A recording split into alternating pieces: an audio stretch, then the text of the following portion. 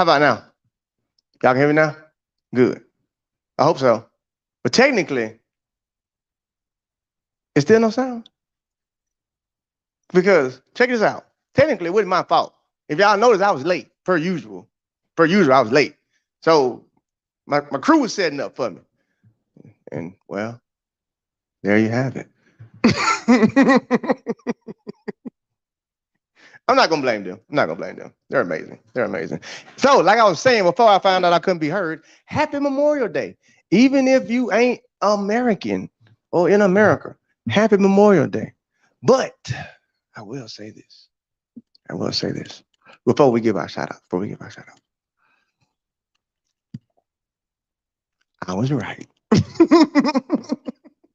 Y'all know the whole show. The whole show, that's all I'm gonna be doing. The whole show, the entire show, I'm just gonna be saying I told you so. If you watch the pre-show, you know why. And if you just a follower or a fan or anything like that, is you already know I've been saying I told you so all weekend. All weekend long.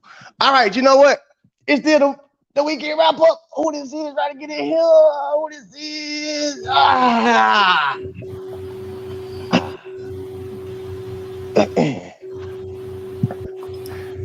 We missing one. Twitter's favorite We missing hated, one. the most hated hater is in the building. Hey, you know what? I'm be honest. I got to be honest. I actually got this shirt for you. Y'all see my shirt say? I'm gonna let y'all read it.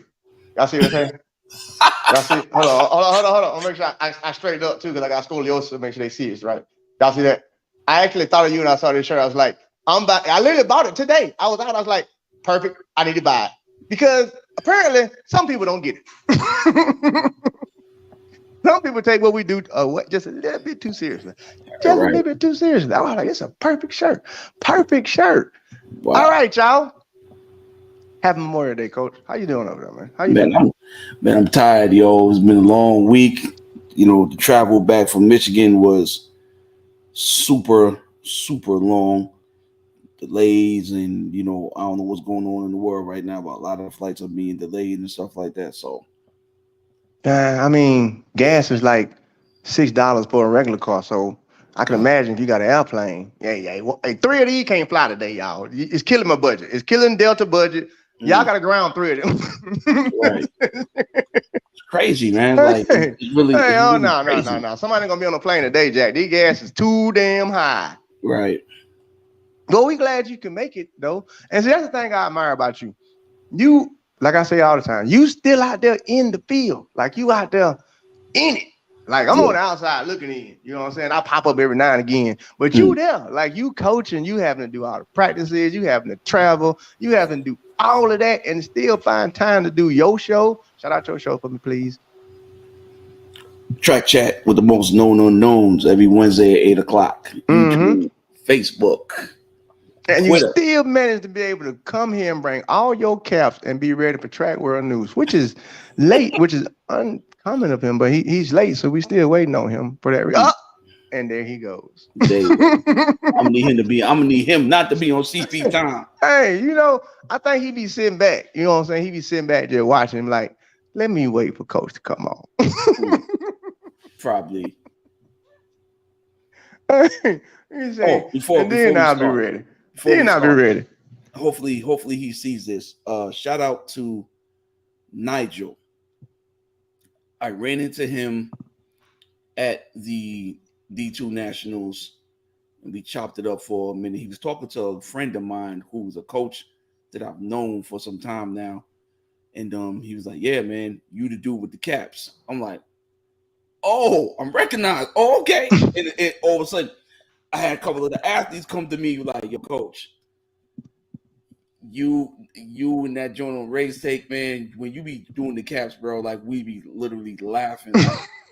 Like you, he's like, and it was like, you're the exact same way in person that you are here. I'm like, yeah, man. I mean, I give y'all something to talk about, so I'm not unapproachable, man. So shout out to Nigel, man. Shout out to Nigel. It's good to run into somebody and like him, and he's very knowledgeable about the sport too. Yeah. Shout out to Nigel, man. Shout out to Nigel. It's always funny, and I know where you're coming from because what we doing is entertainment aspect value of track and field, but it's because we genuinely love track and field. So when we be at track meets, we don't really be there thinking about raise take or be there thinking about track world news. We be there engaging in the fact that we at a track meet because what we love to do. And then when they be like raise take, I'll be like, oh shit, yeah, what's up? Yeah. So, we appreciate all y'all. I promise y'all, do we, all three of us, appreciate all of y'all when y'all see us out there and y'all acknowledge what we doing for y'all. We truly do. That's why we here on y'all Memorial Day, hoping that y'all was going to get done with y'all barbecue in America. And then we figured we could catch all of our European people because it ain't but like 10 o'clock out there. Right. Easily. So we let Track World News get his show out the way because I just know he been sitting there, like I just been seeing some of his tweets and then he been talking about, just like, with me and Coach in the Instagram thing, he ready to go at it today. When I say go at it, he locked and loaded. Like he don't win in 8. He don't win in got. He was like, I'm ready. Like what time you want to do this thing? We ain't gotta wait till 8. I'm ready. He say, I don't care for doggone how many hats he got. Today the world gonna know he bald. I said, ooh, God. Hey, I said a word for word, huh? Nah, but yeah, looking forward to this. Might as well get paid. We got to start it off with where I got to get it. I need my apology. To this. Might as well get paid. You need your what now? I need my apology from all of y'all slandering me. Yes, last week. This time last week, I got the entire country of Jamaica, like 90% of U.S. fans. We even got some Europeans in the mix calling me oh man, this guy don't know nothing about you. How could you possibly suggest that, Shelly Ann Fraser Price is having a similar, even in the same breath as Sha'Carri? I had everybody coming at my neck. And then this week, she does exactly what I said she would do. and so I just need my apology. Like, we might as well just go right here. Like, hey, you're right, Colin. She did the exact same thing that Shelly Ann Fraser Price did this time last year, which is run a time-adjusted 10-9, and right after running a time-adjusted 11-2-7, did the exact same thing. So that's all I'm looking out for. Like, if I can get that out of the way, then the rest of this episode is going to be cool. That's all I want. Okay. But first of all, I'm start out by giving our shout outs, okay? Before we even do any of that, before we even get to any of you trying to get any type of anything, let me make sure I say what's up to Eco Jock, because Eco Jock is here per usual to see what's about to go down. Ghostface Noah is here per usual. Dice, what's going on, Dice? What's going on, brother? Dice is in this thing. Carl Horn, what it do? Anonymous, change your name. Do Mr. Anonymous or Mrs. Anonymous. Do something. Just do something different, all right? Do something for us. Man, what's going on, brother? 6 balls. Oh, that Drake third cousin. We know we're international. 6 boxing here, boy. That's the Drake third cousin from Toronto. Motion sickness. You know what? Motion sickness, I might let you go today. Today might be the day I let you just go ahead and run with it. I might let you just be you today. When is it? Be Tobo. Oh. Jalen, what's going on, brother? Jalen Slade, what it do, man? What it do? Long time, man. Dead. King Majestic, what it do? Man, listen, is Rodney still barbecuing or some shit? Because we can't get the show started till he get on here. Ronald Smillian, what it do, man? Tojon, I don't even know if I ever be saying that right. It sounds like the Soul Bro. Hey, man, welcome to the show. That's like a new one for me. If you are, welcome. If you ain't, I'm sorry. All in the game. She is Bewayne. I already know what you want to talk about. Ronald Smillian. What it go, brother? What it do? And everybody else out there. So check this out. I'm going to go ahead and say this. I don't owe you no apology, first of all. I don't owe you one at all. All right? Not even the slightest bit of an apology, okay? I don't even owe you now. You can try Mr. Colin Tracking World News. This man don't owe you no apology. I tell you why I don't owe you no apology. Because the stance is the stance that you was trying to stand on. You were trying to explain and exploit the fact that Shelly Ann Fraser Price is amazing, and you were trying to turn around and compare her to. Now I saw what everybody else was saying on Twitter. They're like, well, no, that ain't what he was trying to say. He wasn't trying to compare them. No, he was trying to compare them. Why? Because an apple and an apple is an apple. It wasn't no apple and no orange. It wasn't no him talking about a professional versus like a collegiate athlete. He was talking about a pro versus a pro. So if you're gonna do a comparison and you're gonna do pro versus pro, you're comparing them in general. You're trying to compare. It's a comparison. You're comparing. In a way you look at it. If you want to talk about time, if you want to talk about because it was raining, whatever you want to use, the basis of your argument was a comparison. Mm-hmm. And no, I would not allow you to use any type of comparison when you want to speak of Shelly Ann Fraser-Pryce and Sha'Carri Richardson. Because at the end of the day, it's a comparison. And you can't compare. You compare the apple with an Olympian. Now, I don't know if that sounded disrespectful, but I'm just trying to make it make sense. You can't compare an apple to an Olympian. So I don't owe you no apologies, sir. Comments on my side. I don't owe you $1. Okay. I don't know what you're talking about. All right, bro. Listen. Yo, the funny here's the thing. Here's the thing that you are removing from the conversation. Mm-hmm. Ray nor myself, we didn't say that she wasn't going to run better this week. We didn't say she wasn't going to run better. We all had her finishing in the top 3, which she did. Okay, which she did, and I'm going to give y'all my analysis of the race because honestly, Elaine and her ran horrible races. Who? Elaine and who? Elaine and Sha'Carri both ran horrible races. Okay, well let's go ahead and get into it then. You can take off. Go ahead. I'll explain why. No. But first, I need to hear why you ain't giving me my apology. Yeah. Tell him his why, because I don't told you about why. I'm told you about why. You can give him your why. Because, dude, y'all all the premise was she was running on a wet track, this and the third. Then you try to say, well, look what happened over in Gateshead and blah blah blah. Dude, no one was arguing that. We was telling you. We was pretty much telling you. My stance was, if you're running your mouth the way you've been running your mouth. I don't care if it's a blizzard, you're going to have to back it up. The reason why nobody jumps on Shelly when Shelly has a bad race in those conditions, because Shelly doesn't talk. She doesn't talk like that. And Shelly's allowed to talk like that because Shelly has 6 gold medals if you count indoors as well. Did she win Indoor Worlds? Indoor 60 back in 2015, 14. Okay, so she got 1 indoor world title. She got 4 outdoor titles and 2 Olympic medals. Individually, I'm not even including the world championship and Olympic relays that she got too.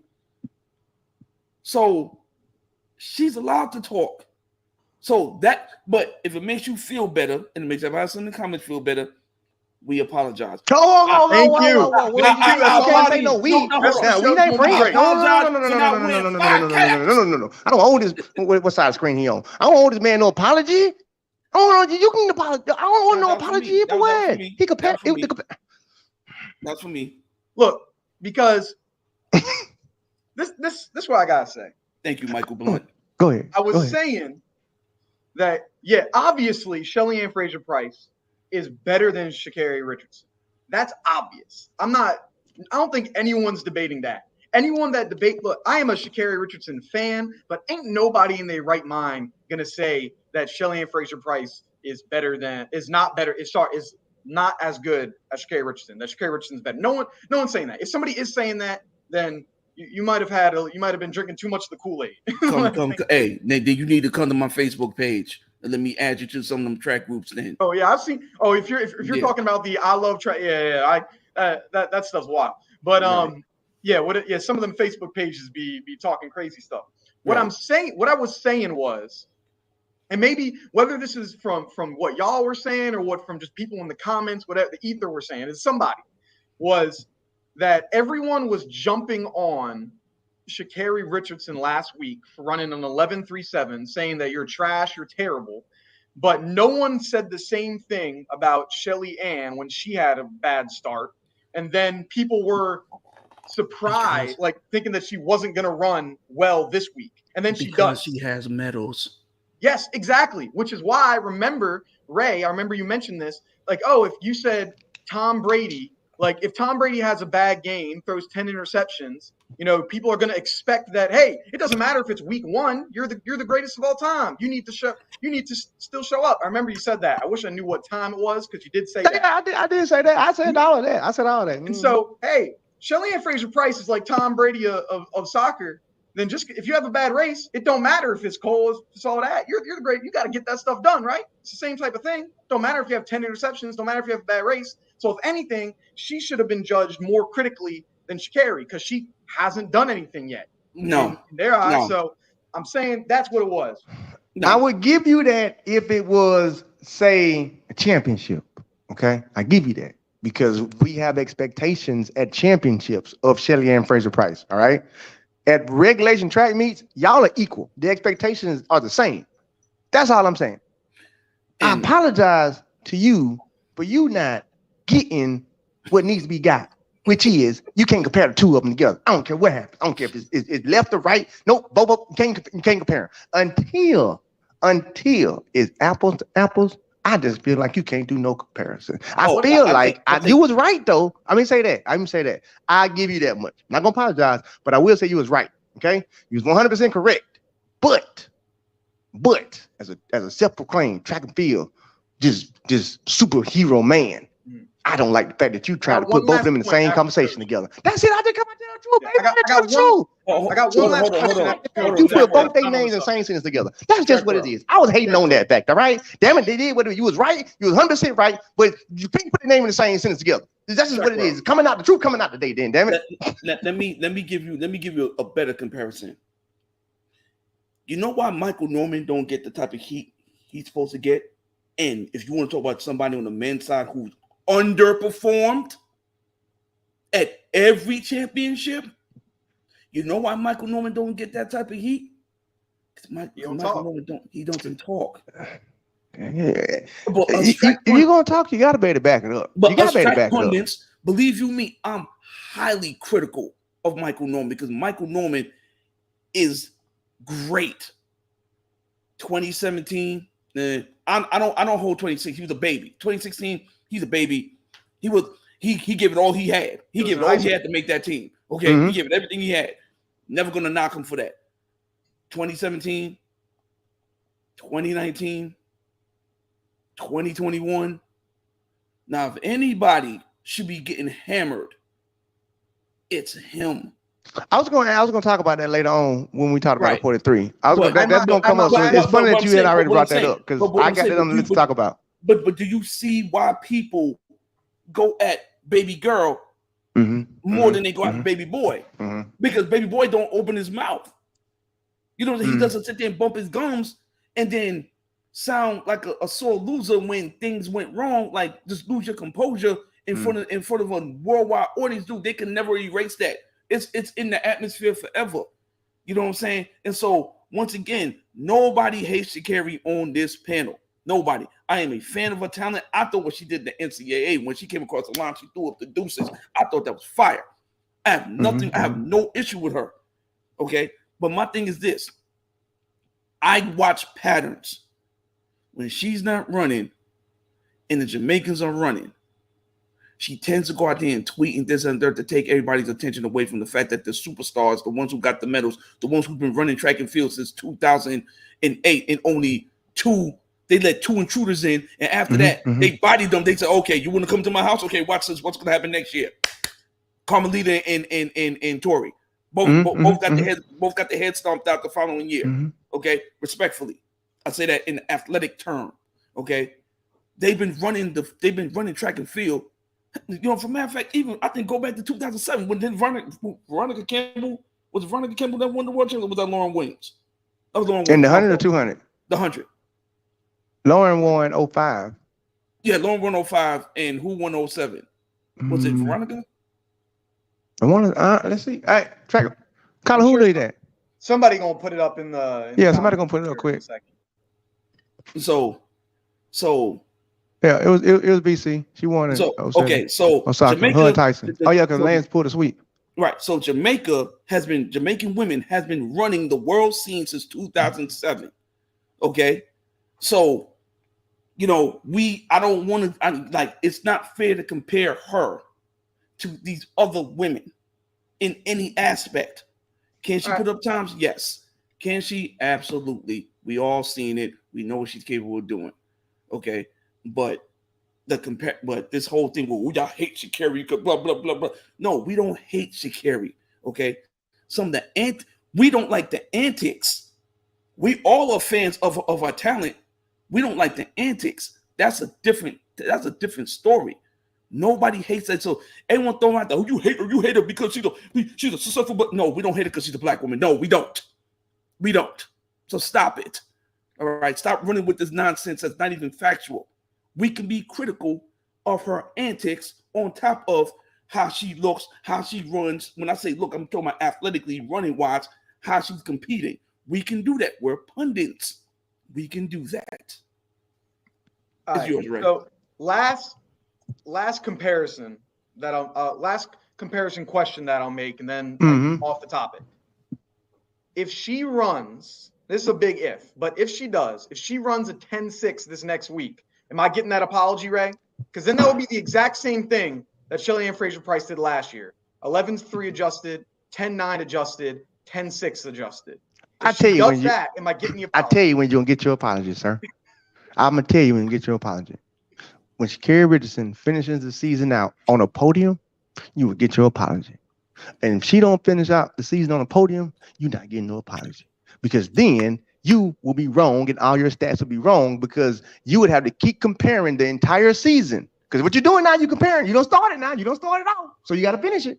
All right? You're like, well, this time, and then, well, this time, Ray, and then, well, okay, well, keep going the whole season then. Keep going the whole season. And keep going with your comparisons of what happened week by week. And if she don't live up to the same thing that did week by week, I don't want to hear it no more. Okay? That's all I'm saying. Because right now, what you're doing, you building up the case to say she should be able to do the same thing. And I agree with you. I'm not disagreeing with you at all. She should be able to. But she's also should have been able to.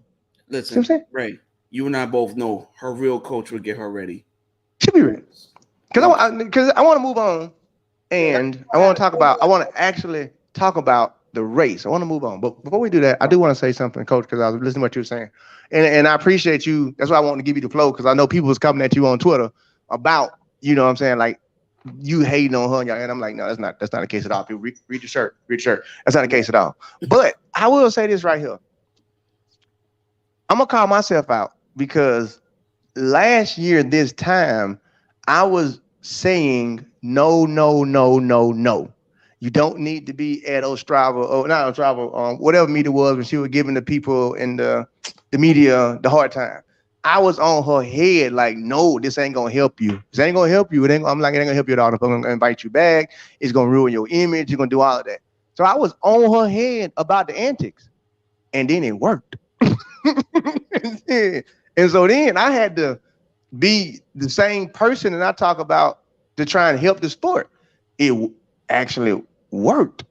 And what I mean by worked was I thought that she was going to kill herself in track and field, and to where people in track and field weren't going to deal with her no more because of her antics, because of her attitude, because of this, which is what happened. But what actually happened was the regular people flocked to her. So she actually won because she did it in a fashion to where it pushed away one side, but it brought in another side. But here's the thing you got to look at it, though.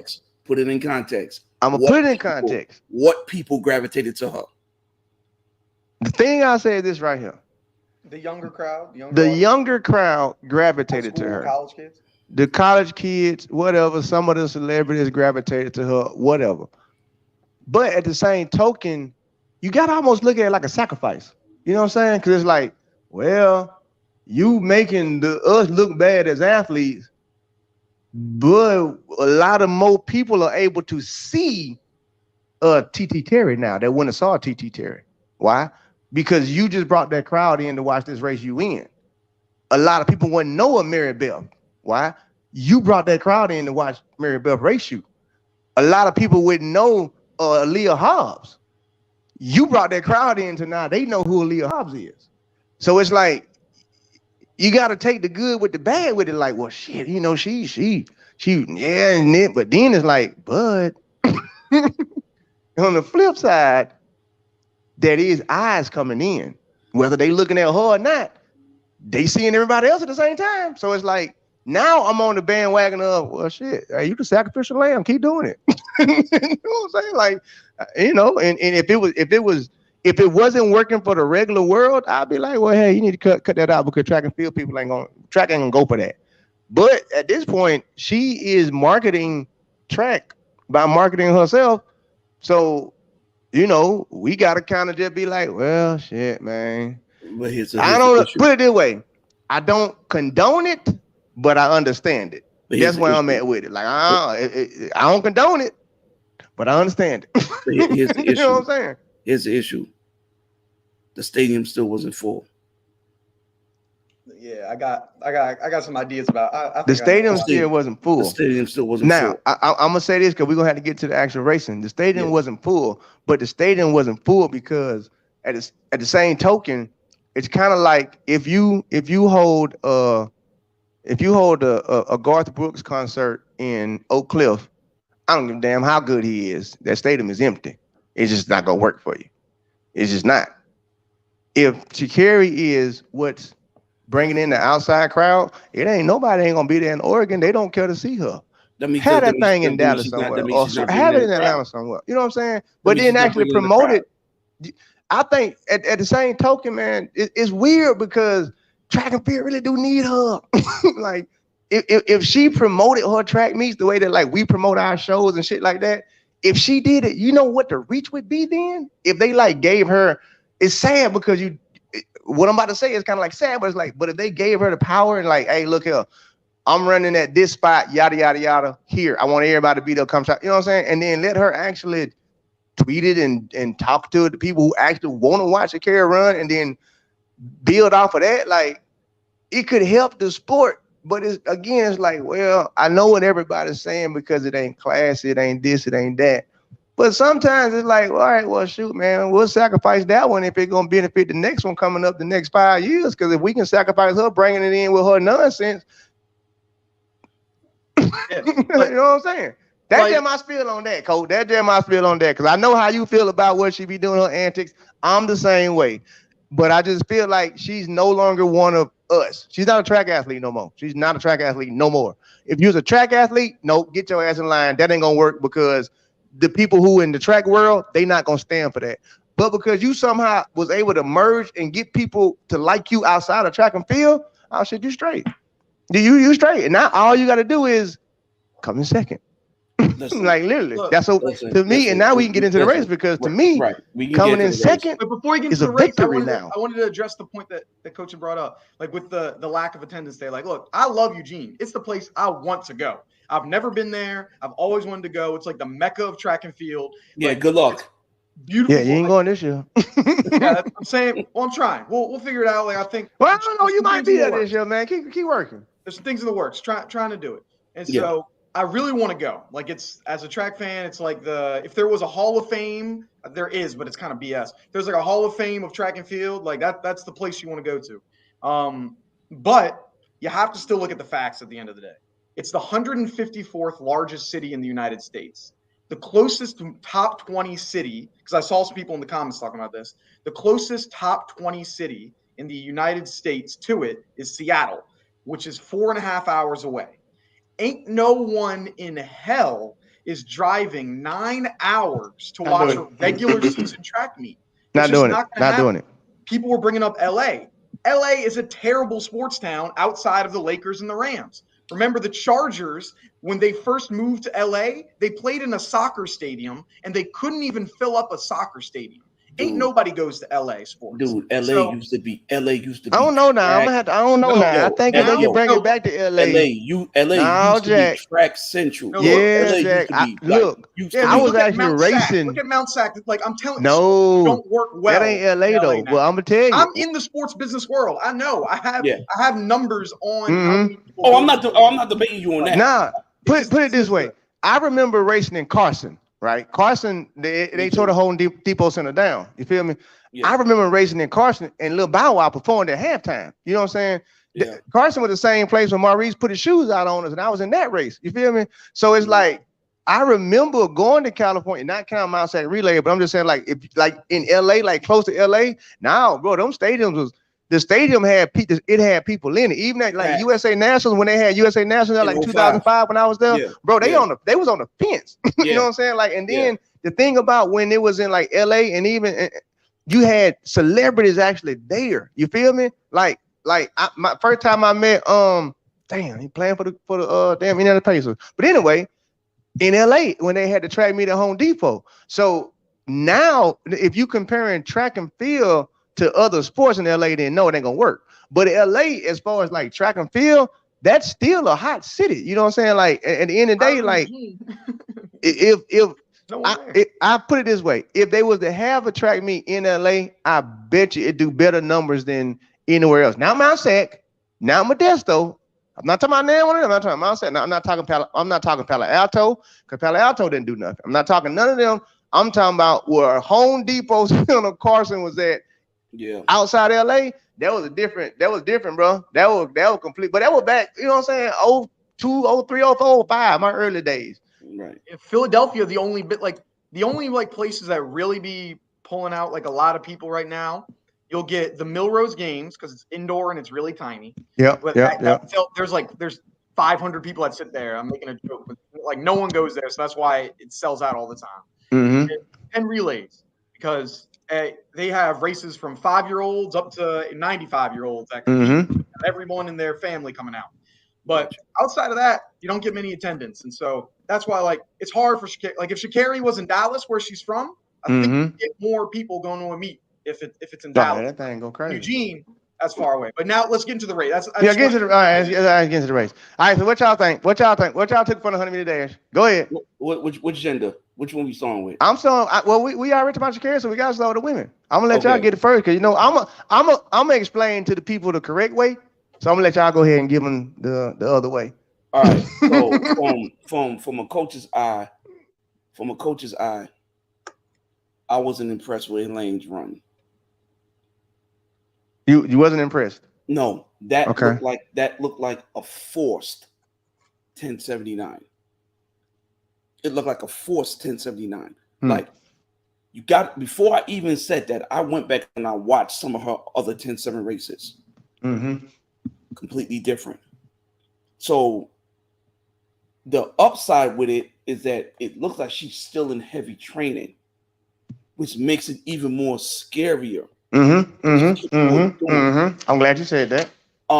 So I give the 1079, just from a technical aspect, I give it a C+. Now, Sha'Carri, her specific run, that looked like it was a forced 1092. Like either she must still be in heavy training, because when Sha'Carri was running those 10-7s, it looked a whole hell of a lot more efficient, looked more smoother, the way she was striking the ground.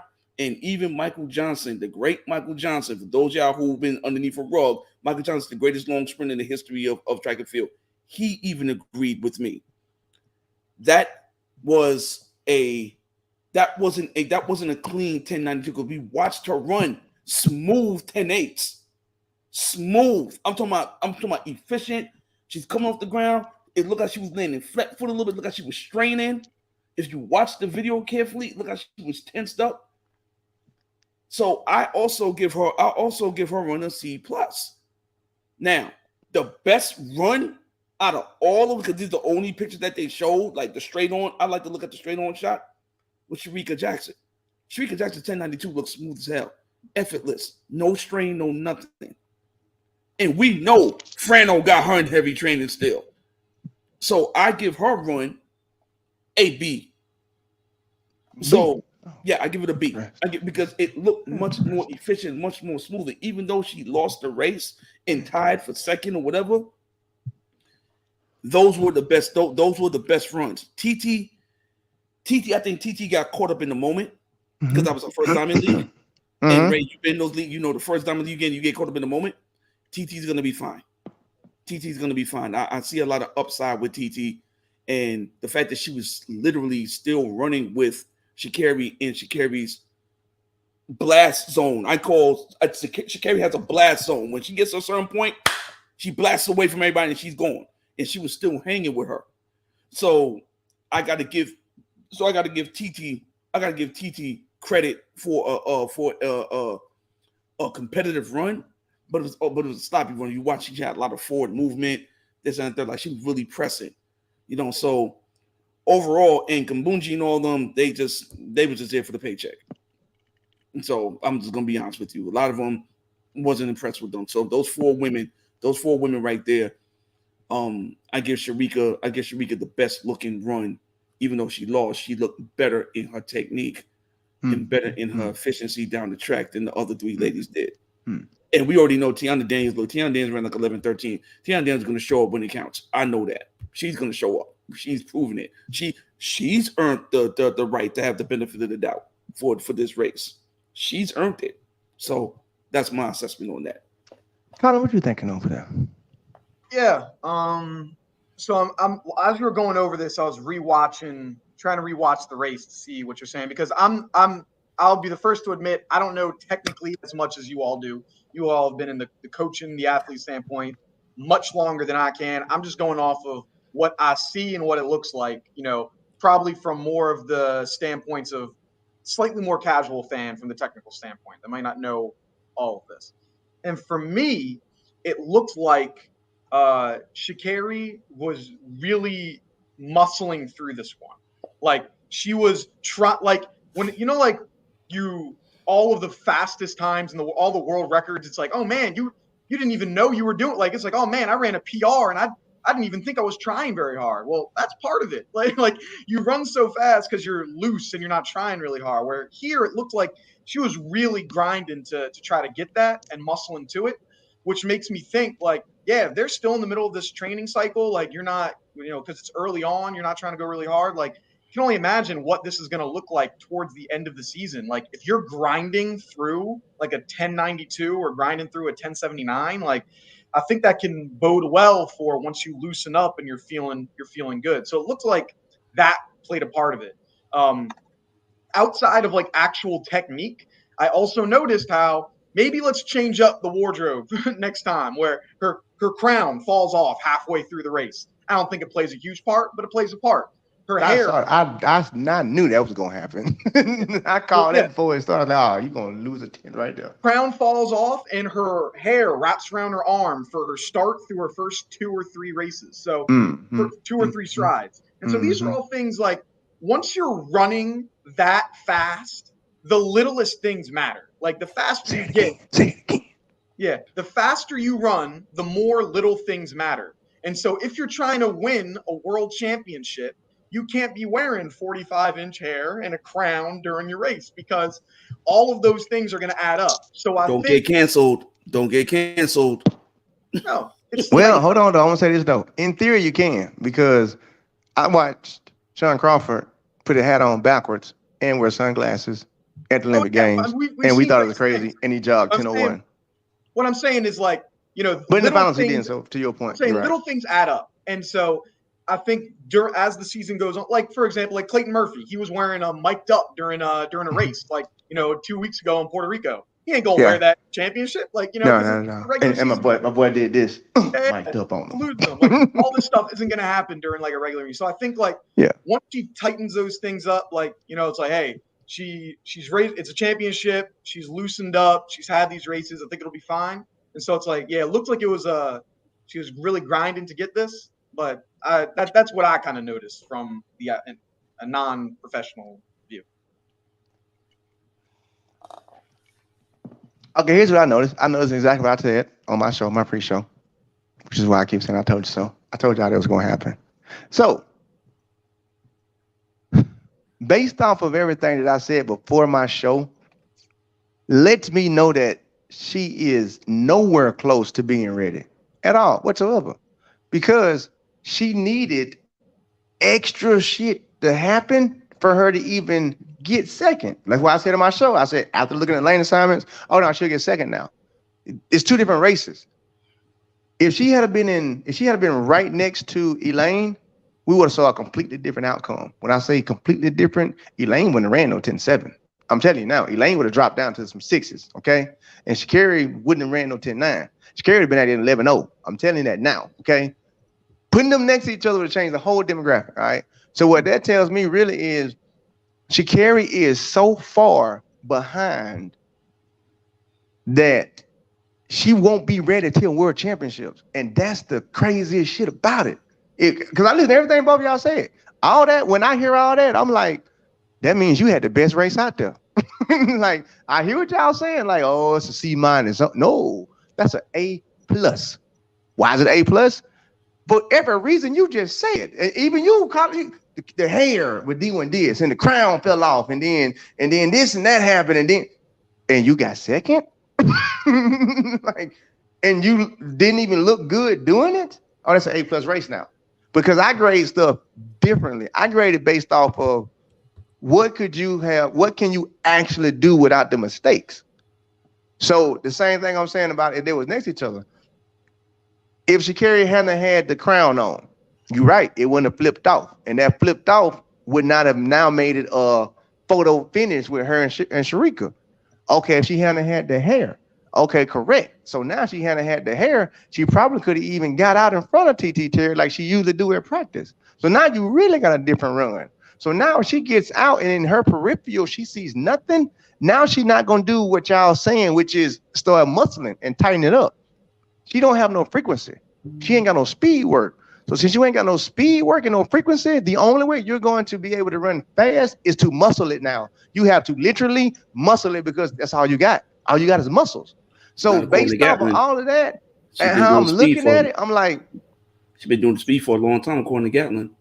Well, first of all, but anyway, she has no frequency right now. So if you can put down that type of race with no frequency, and what we're talking about, we're in May, June, July.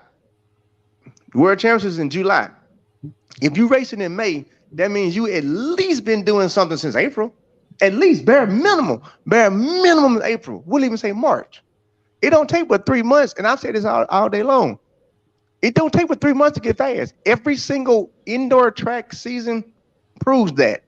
Every single one, because no matter how you count it, it's only 60. If you go 6'4", 6'3", that's fast. Damn the rest of it. Well, it's only indoor 200. She went 22-0. It's inside. Don't matter. That's fast. Okay, so when did they start training? School started in September. So you mean to tell me Abby can go 22-0 in freaking February? How long was she training? 3 to 4 months. Okay, so you can go past 3 to 4 months. So therefore, with somebody like a Sha'Carri, if she been hitting the weight room, she is the way that she is. If she starts training in April, we'll say March, come May, she should look just like this. To me, she looked like an athlete in the second month of training. The part about it is, she looked like that in what would be a second month of training, and she coming second behind everybody else. So when I'm seeing it, I'm like, okay, Dennis, I see what y'all might have been doing.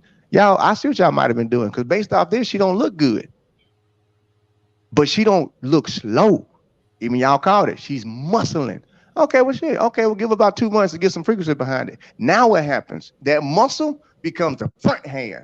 And then that frequency becomes the back half, to where she could possibly be on a pace now to where, now y'all gonna see this 10-5, 10-6.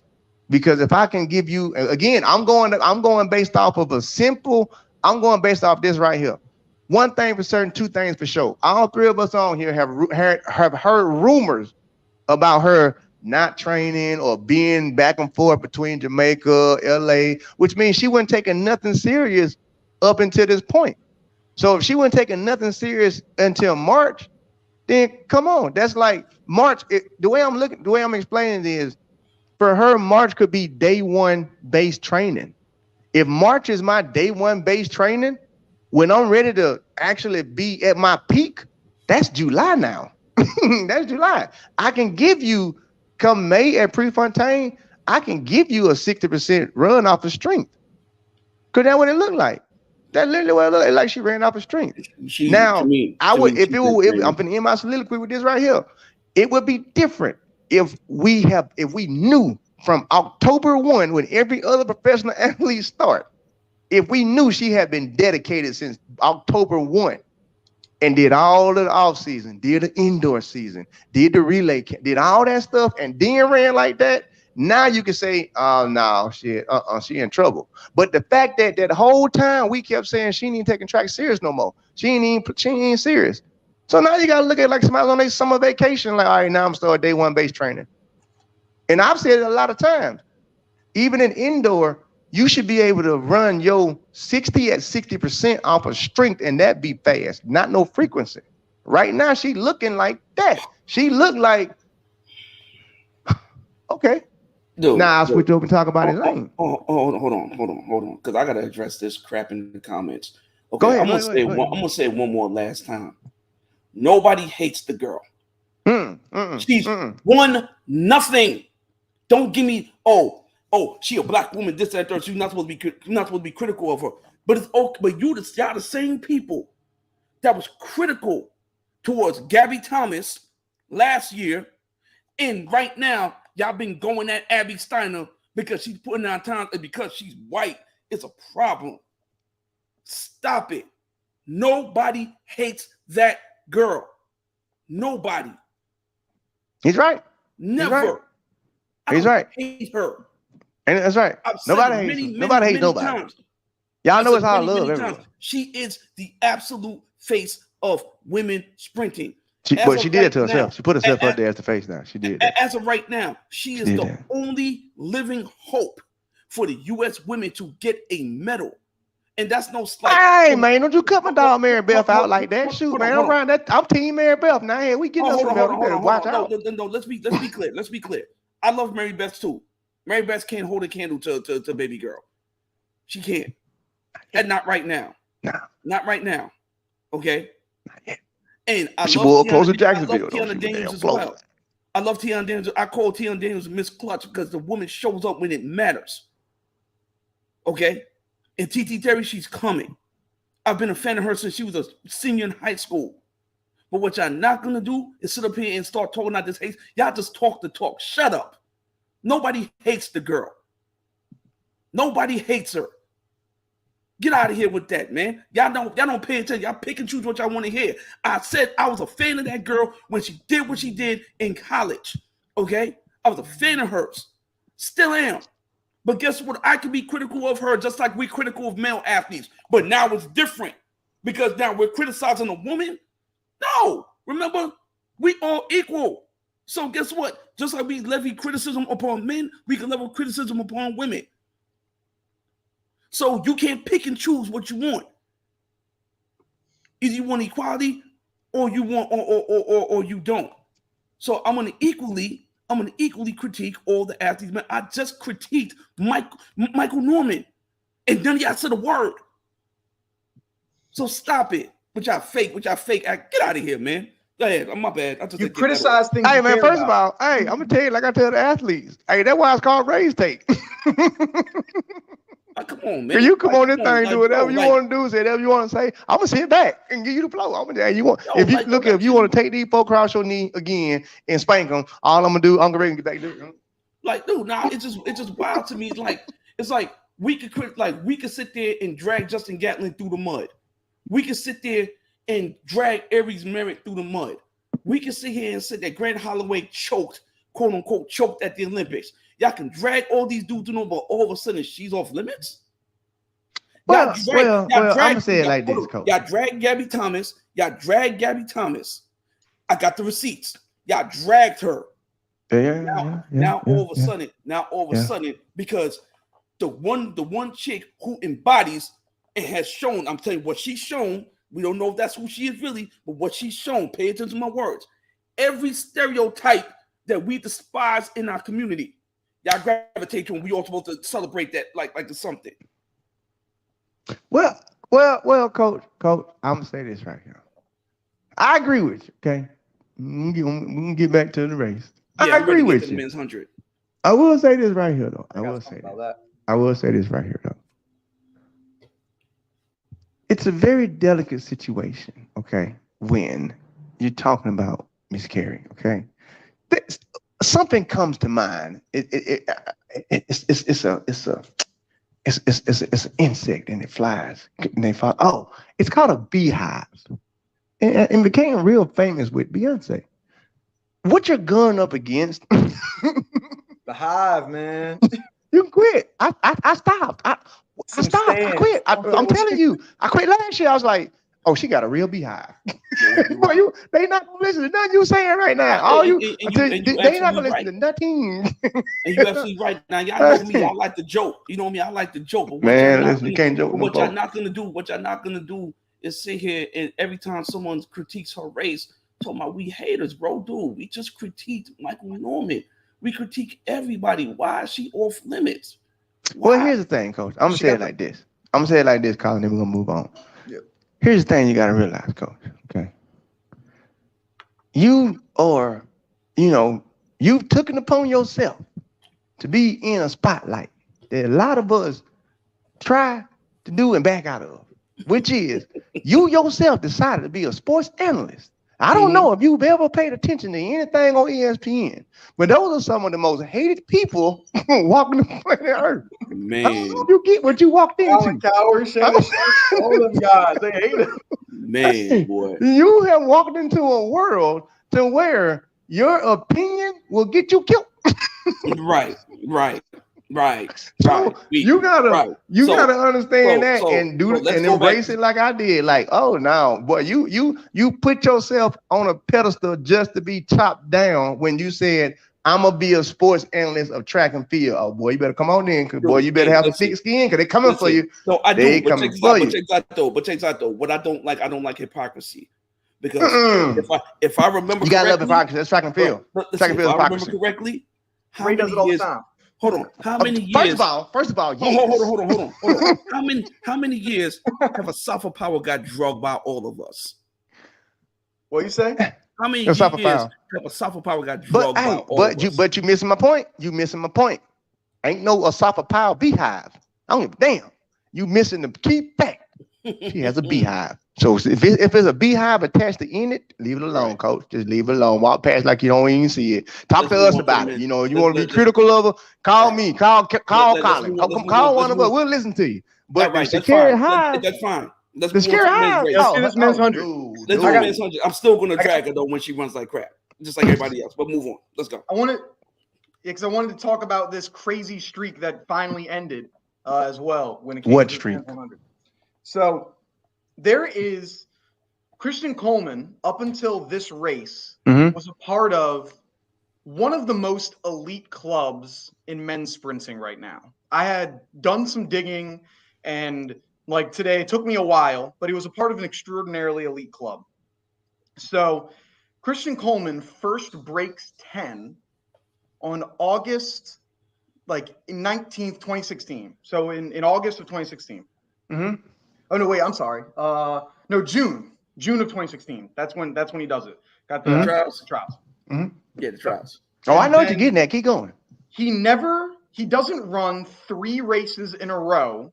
Oh, I'm coming to you, Lane. Don't worry about it. Let him keep going. Yeah, he doesn't run 3 races in a row that are 10 seconds or higher until this past week. He ran this week, it was 10:0. Last week, 10:1. The week before, 10:14. So that is 3.5 competitive seasons because he was out for that 2020. He ran 3.5 seasons in a row, never running 10:0 or in the 10s 3 times in a row. That's extraordinarily remarkable. You know the only other person to do that? Usain Bolt. And he did it for 8.5 seasons. Try to get screwed. Keep going. Well, there you go. And he did it for 8.5 seasons. No other professional sprinter has done that. Fred Curley obviously hasn't done it. Trayvon Bromell hasn't done it. Johan Blake, Asafa Powell, Maurice Green, Tyson Gay, Justin Gatlin. No other sprinter besides Christian Coleman and Usain Bolt had run 3 seasons in a row or 3 seasons collectively without running a 10:0 3 times in between it. So he was a part of a very elite club. That just ended this week, with him running it for a 3rd time in 10:0. So I'm wondering, is this? I think this is a bad start for him. I mean, he's coming off of the long time without running, but I'm starting to get a little bit nervous about Christian Coleman, where he was in this elite club of consistency, and he's not in it right now. I'm not using that, but we're not doing that. We're not doing that because Gatlin proved that you could be out for damn near 4 or 5 years and come back and still drop times. Not doing that. He ran 6'4". You know how hard it is to run 6'4"? I'm not gonna give you that. No. I'm not gonna give you that, coach. Because first of all, you about to put a collar. You about to compare apple to orange. No. Do you know how hard it is to run 6'4" if you're a 6'5" runner? But do you know how hard it is to run 6'4" if you're a 6'3" runner? Make it right. You can't compare that. You can't do that. I'll concede. You'll get that. Okay. Now, I'm gonna be fair. Is he running like crap by his standard? Absolutely. He's not working on that technique. That technique's gonna get him blasted. He has a bye. Dog, you and I both seen how cats show up to the U.S. championships with buys. We've seen it since the minute of its inception in '97 when they did it for Michael Johnson. When Michael Johnson got hurt against Donovan Bailey. That's a little history note for all you people in the comments. Once they put the bye in, it allows them to train through. All Christian got to do is come up and run one race, and that he's done for the week. I can guarantee he is not going to run all 3 rounds. No, he better not. As of right now, man, I'm gonna be 100 with y'all. Ray's looking kind of right now. Things is looking sus, but I'm gonna hold out hope. That he's gonna be able to at least go. Well, shoot, 9-7. It's going to take 9-7 mid to win that championships. I'm pulling a column right now. I'm going to my computer because I want to pull up my stats for my take. But keep going. Right, that's just me having respect for those who's going to make the final.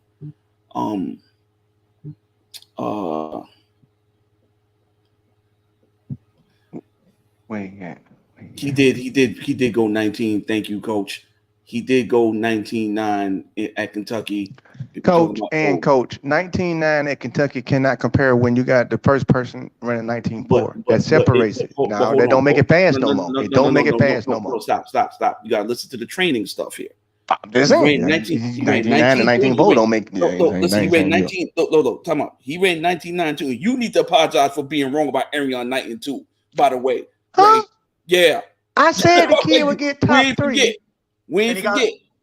And then after that, I saw the lane assignments. I said he's no longer getting top 3. You know what? We gonna. You must didn't watch the pre-show. You didn't watch the pre-show. We gonna stop you from making changes at the last minute. We gonna hold you to your picks, and you gonna live with it. No. That's not fair. That's not fair at all. That's like telling somebody your picks got to stay in even when you don't find out LeBron James got hurt, he can't play. Hell no, that changed everything. Lane assignments is the same thing in track and field. And when the lane assignments come out, that changed everything, Jack. Don't y'all do me like that. But in all honesty, I can't recall when Christian Coleman opened up 19 seconds. So his fitness levels are there. I think. Well, hold on. I gotta stop y'all again in this debate. I think he went 19 seconds, but then the kid right next to him went like 19.9 next to him. It ain't like he went 19 in second place. It was like 21. He barely won that 200. No. He won that 200 by a landslide. Was nobody next to him? Yeah, was nobody next to him? It might have been 100. Then I was looking. I'm positive. There was nobody next to him. It was a race. One of them races to one of them kids. I'm thinking indoor. Keep going. And he looked good doing it. So we're gonna let's give him the same benefit of the doubt that we give Sha'Carri. You know what I'm saying? They probably trained it through. They probably trained it through, and they're probably gonna get ready when it counts. Now Sha'Carri had to get ready much sooner. Christian only had to run one race. That's just my personal take. Y'all got your own opinion. I'll let y'all take it. Okay, so let me see. Christian Coleman. Okay. Let's just take a look at his stats. I'm just curious. Just curious. He's gonna drop the 100. He's gonna drop something. He gonna do what now? 100. He's gonna drop something nasty in this 100. It's just a matter of time. And what 100? Okay. In the men's 100, what other 100 is there? Yeah, that's what I was trying to say. That's why I was trying to figure out if there's like another 100 that you knew about that I didn't know about. That is he running in Rome? Do you know? Do you know? Is he running in Rome? I know. I don't know. I'm on to my USA. I don't know if he's running in Rome. Bracey's running in Rome and somewhere else. I don't know about Coleman because he was. Okay. I saw it on yesterday. He was talking about it. Oh, okay, there we go. I don't know about Coleman. Christian Coleman. All right, so Christian Coleman, couple medals. Let me see. Let me go with his season best. Oh, actually, that's not what I want. I want progression. Okay, so 2016, he went 995. What year is this? That's his freshman year. I think. It's 2022. 2022 right now. Yeah, he ran in 2016. So 8 years ago. 8 years ago, he went 995. Yeah, sophomore year. His sophomore. Let's not add in the extras. Let's just keep it numbers. No, I'm just giving everybody context. They don't need it. They don't need it. Just stay with the numbers. You don't like context. See? The context don't matter. It don't matter when it comes to the body. The body don't understand context. Go ahead. The body don't understand that 995 don't understand I was in college. All 995 understands is that I went 995, period. Don't care what time of my birth year was, I went 995. That was in 2016. And then in 2017, it went 982. And then in 2018, it went 979. And then in 2019, 1879, 1976. Okay? Right. So let's do this again. In 14, 1030. 10-5 in 2015, 1018. 2016, 995. 2017, 982.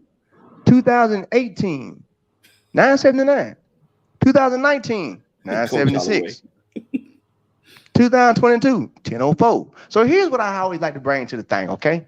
I'm not that smart, people. I just hang around a lot of smart people. I own a gym. That's why I hang around a lot of smart people. I've learned some stuff about the body, if it's natural, okay? We're going there today. We're going to go there, okay? I learned some stuff about the body, if it's natural, okay? Where it's been, it can go back within that same time frame. So what I'm saying is, in 2000 when he went 79 to 18, his body could go back to that.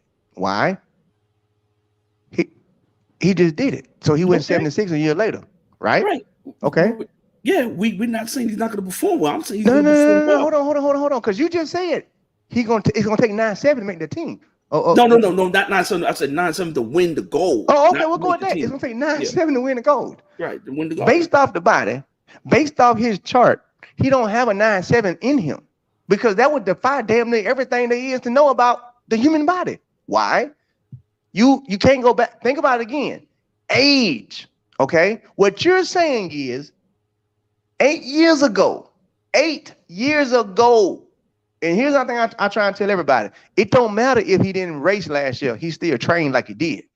His system still fired like it did. His CNS system still fired every year as if it was supposed to go fast, okay? He didn't take no time off. So what this shows me is your curve is coming back up now. Your best days is behind you. Why? It's in black and white. It's in black. Your best days behind you. They have to be behind you. Go find them.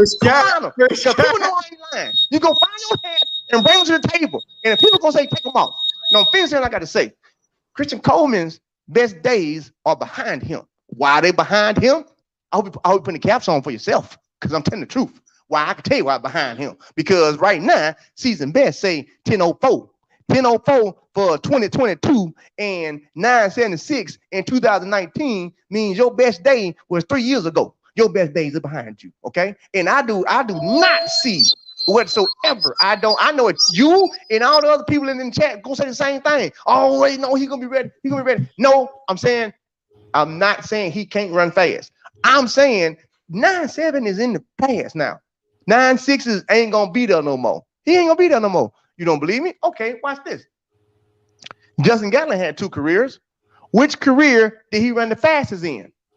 First career or the second career? Which career did he run the 9-7 in? I got an even better example for you. First career or second career? Coach, I'm glad you put the hats on because the hat's today for you. I'm glad you're looking in the mirror. You might because you got to be looking in the camera so you see yourself with the hats on. So good because you're capping if you don't think I'm lying. You think I'm lying because there's no way he gonna be able to go backwards and hit 9-7 again. He can't do it. He can't do it. If he do it, then what you asking for is you asking people to do this. I can't do it, so I'm gonna do it like this. You asking people to raise the eyebrow because it's like, hold on, bro. You went 9-7 8 years ago, and then you took 2 years off, and then you came back, and you ran 10-0, and you're gonna run 9-7 again. How, Sway? How? He did not run 9-7 8 years ago, bro. What are you talking about? 6 years ago, damn it. 4 years ago. It wasn't 6 years ago either. He ran it in 2019. Okay, what is that? 4 years ago? 3 years ago? Hold on. Still, 3 years ago. Exactly. 3 years ago, he ran 9-7. But the first time he ran fast was in 2016, 9:95. The minute your body breaks that 10-second barrier, your clock is ticking now. Like a woman who tried to get pregnant in her like 30 years later or whatever. Your biological clock ticking now. That's what track and field do to you. 10s is normal. The minute your body go underneath 10, your speed clock has now kicked in, Jack. You ain't got a lot of 9s left in you. You ain't got a lot of 9 left in you. This is so much power, but I don't know, it's different. So but I'm nervous. I was nervous about. This is so You're much like my cap saying over here. I was you nervous about Christian Coleman, but I wasn't going to say nothing like that because we have a perfect example of someone doing what you just said is impossible right now, and his name is Trayvon Bromell. No, that's different. That's different. That's different. No. I would no. It's complete. No. It's completely different. Trayvon had to sit down. No, it's different. Trayvon had to actually sit down, as in his body couldn't move, meaning everything else can heal now. That's different. That's different.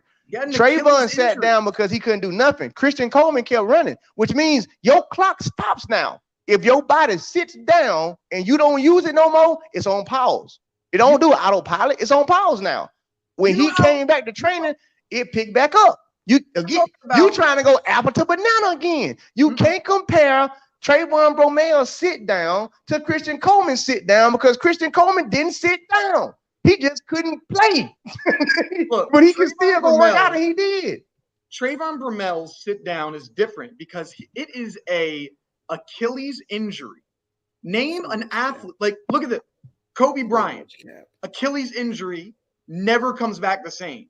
When you get an Achilles injury, that's all of your reaction when it comes to muscle. The running, it starts through the feet, goes through the ankle, moves up. Like, that's how it goes. He injured one of the most important tendons in track and field. You can come back from an ACL injury in track and field in 6 months. But you can't do that from an Achilles. You got to be out for years. So that proved my point. The time that he was out, guess what his body was doing when he was out with Achilles injury? Any hamstring problem he might have had, gone. And when you go to the hospital, you go to any doctor, what's the number one recipe they give you? You got to rest. Your body got to rest. When it rests, it heals itself. So if Trayvon is sitting down with an Achilles injury, oh, you think his hamstring, they're going to keep sitting waiting like, okay, when you done, I'm going to pop up. No, everything else is healing. So when he's able to come back and run, and y'all can keep in mind, Trayvon, they were 24 years old. That was like having he just turned 25. That was like having he's 26. He's the 26. Okay. That was like having a Achilles injury in college like he did. So he came back out of there by his life. What do biologists say? You don't hit your prime as a man to 28, 30 anyway. You're still growing. So that's why I'm like, no, you can't compare Trayvon's because, again, Trayvon didn't put that much damage on his body before he got hurt, meaning he didn't run no 6'3" before he got hurt. He didn't run no 9.7s and low before he got hurt. His body, he had not tore those muscle fibers up that way yet. So now when you expecting Christian Coleman to be able to go back and run 9.7, I'm going to stand on the same leg. I'm going to stand on the same leg I've been standing on all season. You didn't have an injury. You not Klay Thompson coming back. You had a suspension from drug testing, meaning nothing is wrong with your body. Guess what you can't do now? You can't come back slower. These boys have had 2 years of tearing their body up. You done had 2 years to where you could have seen the best everything. You done had 2 years and you got the money too. You could have been seeing the best top doctors for the past 2 years. You should have came out perfect. And y'all sitting here telling me he had 2 years off and he's still gonna run nonsense. How? You should be the freshest on the track. So if you getting beat by somebody coming off an Achilles injury, you getting beat by people who been running the past 2 years, you getting beat by people who had a Tokyo season last year. When you was at home, should have been using that to get prepared. You getting beat by these people, and you think I'm gonna say you gonna come back and beat these people when you had the chance to? You had the chance. When you first lined up indoor, you had the chance. And what happened? You barely won. Now we outside. Right. And again, I'm only talking about it off a comparison of what he's done. He's a 9.6 runner. Right. 9.7. First off, he's not a 9.7 runner. His peak, if you take his average, he's a 9.8 sprinter. Okay. He's no. And by the way, 9.7, he's a 9.7. No, you're not a 9.7 sprinter unless your average out to be 9.7. You take your top 10 times, and that's when you become what. I disagree. Then you become that. As an athlete, I disagree. Only I disagree because I probably don't seen 9.7 a million times in practice before I ran it. Right. So he's a 9.7 runner. Right. Let me get this. Go ahead. At the end of the day, that young man is going to be perfectly fine. But what's perfectly fine? Okay. Oh, dude, he's gonna. Well, one, he doesn't have to go through the rounds to make the team. Okay, so what's perfectly fine? He is going to be a threat to win the. Is he gonna get a medal? Yes. Damn the extra. So you saying he gonna get one of the top 3 medals this summer at World Championships? Is what you're saying? Yes. So you saying right now on the record, you heard on the record on radio station. I'm watching the numbers. It's one of the biggest shows we don't have today, boy. That thing they posted. I like that. I appreciate y'all. Don't forget to like and subscribe because y'all got to know what's going today. So what you saying in front of the biggest audience we don't have on live to date, I appreciate y'all for that, is that Christian Coleman is getting one of those 3 medals at the World Championships. That's what you're saying. Yes. Keep your hats on every show you come over now, because you don't need to take them off nowhere. No more. Because now I'm calling you Mr. Caps. Listen, because it's how you gonna say that and give me your explain to me. Because it's Memorial Day. Hold on. Because it's Memorial Day, I put on the camouflage Yankee hat for you. Because you're captain. Medal. At the World Championships. Medal. Yes. Medal. Yes. So what you saying is, I'm just gonna call them out because I want to hear what Colin got to say too. I'm just gonna throw some names out there. I'm gonna throw some potential medalist names out there. Okay. Trayvon. Okay. Fred. No, he's gonna be Fred. I'm just throwing names in a pot. I'm not saying like in order. I'm just saying like potential people names in a pot. Mm-hmm. Fred. Trayvon. Omayala. Oh, y'all, I'm not. We not. I'm just throwing names in the pot. Can I throw my names in the pot? I just throw my names in the pot. That's all I'm doing. Throw my names in the pot. Michael from Oregon. I would say it. Him. Seville. He just got 4th. Tobago. I'm just throwing 6 names in the pot right now. I'm just throwing them randomly in the pot. 6 people right now. Right. 6 people that can hit that marker to get a medal. Hey, hold on. Mr. Podium. Hold on, Colin. Because I say it all the time. I don't give a damn if the grass get 9th in an 8th person race. He's still on my big board. I'm throwing him in there. So you mean to tell me, and now I put Christian Coleman in there. Out of them 8 people, you feel confident enough to say right now a 10:04 runner 6 weeks out, 57 days. Away from the opening, 57 days, a 10-0 runner is going to get a medal? You said Tobago, so I'm completely... He was just a name to put in there. No, you just let me put this other one on. So I'm just saying, he got 4th. I represent all my veterans. You can't disrespect Tobago because Tobago, right? Christian Coleman got 3rd, Tobago got 4th. You can't put him in there. I ain't saying you right there behind him. No, I'm not taking no. I'm just saying. No. He's 18 years old. No. Come on now. No. You big. Knighton was 18. Right, what did he do last year? You big capping right now. How old was Knighton last year? That's okay. That's the 200. We talking about the 100. Don't matter. See what y'all be doing. No. You can't use age. And then first off, you sat there and said Knighton was back going. away. I'll back off. You say 200. You said Knighton was going to go do something crazy. I'll back off. You got it. Yeah. You're capping hard right now. So you feel real confident that he can get top 3 at the World Championships? Why not? And you know what? I'm gonna say this. Out of all them names I just said out there, I didn't even throw the defending Olympic champion name in it. I ain't even say Lamont. That's your bad. I'm like, I'm capping. Yeah, but there were 3 medals to get. I ain't even throw Bracey name in there because I still think Bracey gonna make the team. Bracey's not medaling. Are you serious right now? You seriously believe that between now and the World Championship, 57 days, I think like 57 days, you seriously believe between now and then, Christian Coleman gonna make a turnaround to get in front of all these people and get on the podium? Yes. Oh my God. Kind of like when Michael Johnson went down with that severe hamstring injury and he still won the World Championships in the 400, and he didn't run. Remember that? Remember? What's my other favorite one?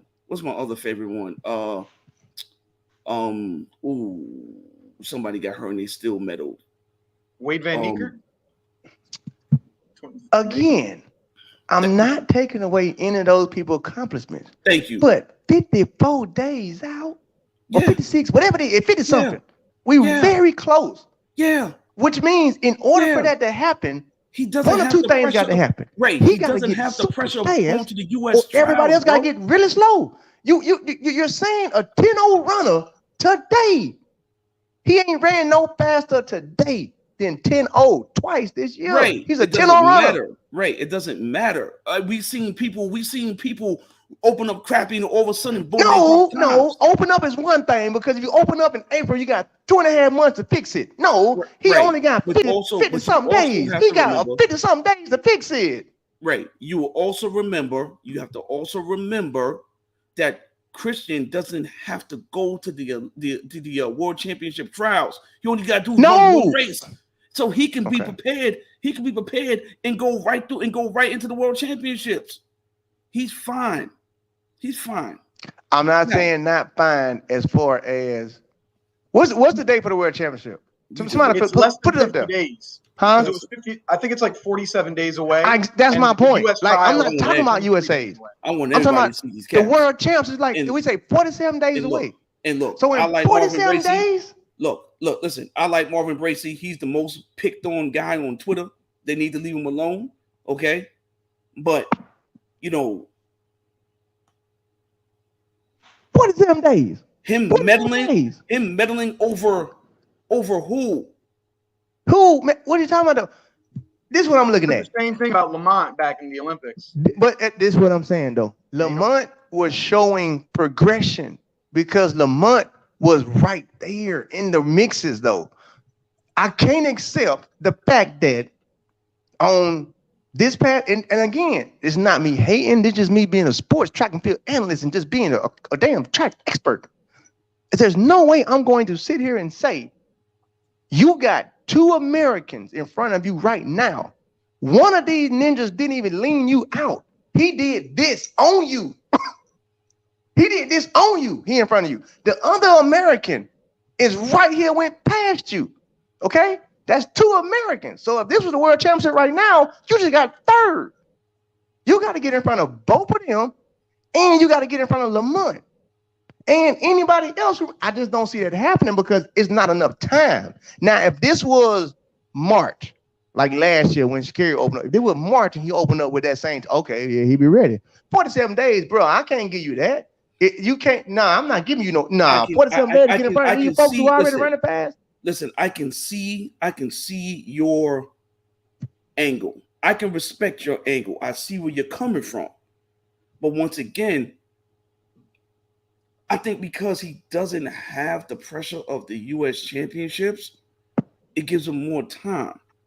You know what I'm saying? Like, remember, all he got to do is show up to the prelims, jog 10-0, and he can walk away. Now, unless his coaches say, "Yo, we got to get a little." But bit then more Lamont doing the same thing. Lamont ain't training. Lamont doing the Christian Coleman. He pulling out till my stomach hurt. I ain't gonna run me. I'm gonna wait too. Well, it wasn't his stump. Okay.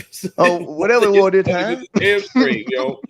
All right, but look, at the end of the if y'all don't leave Cravon alone in this damn group, like stop it. All right, he's making his reaction videos right now. Leave him alone. Okay? You see, he gets trashed on Twitter. Bro, leave him alone, bro. Let son live, man. Let him live. I got him enough last year. It's all good. He got in an accident or something. Oh, and Marvin, I saw you in the comments.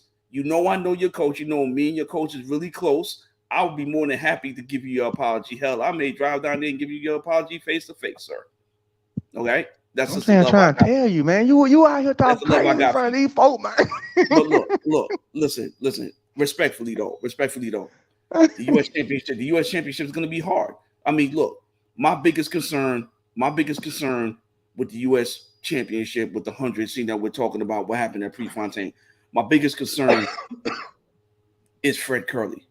That technique, man, like it scares me, man. I'm scared that he's gonna get into a really, really, really extremely hot race like U.S. Championships again, and our body's something's gonna give, man. If he doesn't clean that technique up, it like I don't think he has to. Oh man, the only reason why I say I don't think I love Fred. I want to get Colin in on this too, but the only reason why I say I don't think he has to is because we said that in the beginning of DeGrasse's career about that arm. We said that then. Right. That arm got plenty of medals. Right, but we keep saying that about Fred, but it's like it's one of them things. If we may say, "Hey, this will help you run faster."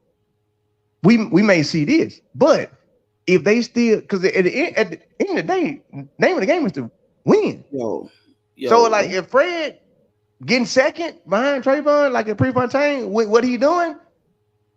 Again, I say Sean Marion from Dallas Mavs also played Phoenix Suns. He shot the ugliest shot ever. Like it was just not right. But but shooting that way doesn't lead to an injury in your shoulder, bro. Like that what I saw at Prefontaine got me a little bit concerned. It'll only lead to an injury if you're not in the weight room strengthening those muscles. If you strengthening the muscles, ain't gonna lead to no injury. Listen, but as the great Vince Anderson once said, shout out Vince Anderson. Sprinting doesn't get people hurt. Bad technique do, and I'm worried. You are correct. And I'm worried about his technique. He's a fighter. I know he's gonna look. Fred's gonna make the team in somebody's event. He's gonna make the team. If not in the one, he's gonna make it in the two. Doesn't matter. At the end of the day, man, I want that young man to come out of that race healthy and in one piece. Oh, Fred. Yeah, Fred is from Tyler, Texas. Okay, his body is like a direct descendant of the ancient African people. That man, he will be fine. Like if your body, because sometimes I bring comedy, but common sense into it. If your body can run a 400, a 200, a 100, a long jump, if you wanted to, a 800, bro, your body you ain't in the realm of normal. Like your muscles, don't operate normal like nobody else's. So when it comes to people like that, I just be like, hey man, shoot, he just a country boy. You know what I'm saying? Like, cause he got what we call that country boy strength. Like it's hard for them to get hurt. He out there slanging hay. Gonna earn his best. You know what I'm saying? Like, so Fred has enough talent and work ethic and mental strength to be a champion. Like he's got that. I'm thinking when it comes to his technique, he'll have to like be able to reel that in and really improve if he wants that world record. Because I would go with that. I would definitely go with that. I'll go with that. He can be a champion with the technique he has now. I go with that. Just like how Joseph Famble can be a champion with the start that he has now. Dude, did y'all see him run down? We'll get into that later. Exactly. Like you can be a champion with those imperfections. But if you want to get a world record, you want to be the fastest to ever live. Yeah. That's when, like I said earlier, little things matter, the better that you are. And so if he wants to start getting world records, which he's mentioned, and I think he has the talent to do it, he's going to have to dial those things in because it's like, you want to be the fastest to ever do it. You can't be running how you're running right now. If you want to be the fastest ever, be a champion, that's one thing. Fastest ever, that's a very different thing. I will agree to that because again, I base everything off of physics and technique, just like Coach do. Based on his technique, no, he ain't running what we would consider to be as. And I even, and this is why I got to bring him on the show this week. What I've learned from about biomechanics, he's not applying nowhere close to as much force as he possibly could at all. He's actually losing power. He's actually losing power. According to speed and track and field. So make sure we say that correctly. Not according to speed and track and field, but according to biomechanics and science, he's losing power every time he touches the ground, which is scary as hell for Fred, which is why I keep saying, no, he can break the world record because based on his technique, but he ran like that with his technique. But anyway, that's not a spill. So I agree with both of y'all saying. I'm only disagreeing with the fact, like Coach said, he'll get hurt. It's like, nah, he ain't get hurt. That ninja, he's straight. He just started lifting weights. Fred, that uncle that you saw pick up the whole engine out the car when you were like, hey, get the crane, man, for what? No, man, he's straight. I'm too strong, man. Hey, not at all. Hey, I do want to hop on this before we get to the next subject. Because I didn't get a chance to talk about Elaine from that females hunting. Here's my take on Elaine from that females hunting. I'm gonna say this. All right, I'm gonna say this. And it's kind of like what I said before the Prefontaine. All right, I'm gonna say this. I know the family watched the show. Y'all know I love y'all, but like I always say, I got a show to do. Okay. Now, did just me. Okay. It's just me looking at me like, doom. Let me see what I see in the future. Grace Swami, what you see? Elaine's 100, to me, it did not look bad. Like I said, it looked like they had two different races. Based off Elaine's 100, though, and based off Sha'Carri's 100, I think it's possible. Lord, I need to pull up Hall up twice again.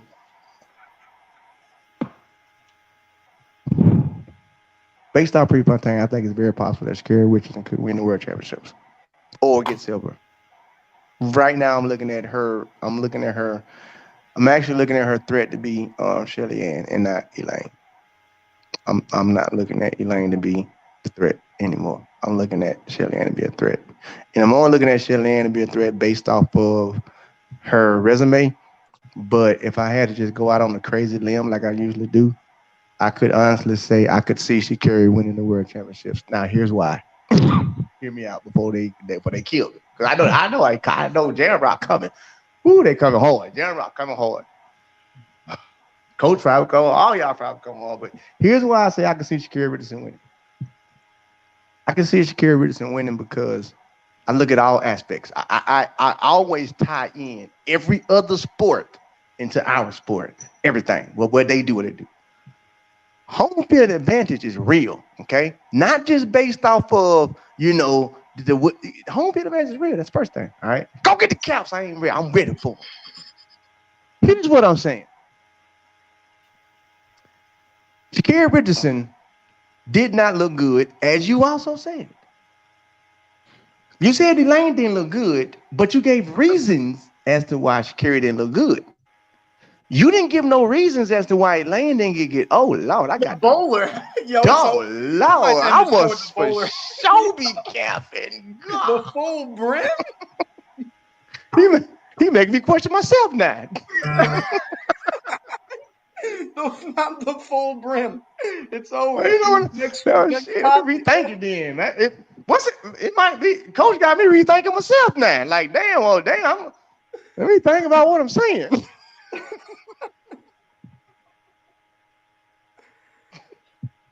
Not the full brim.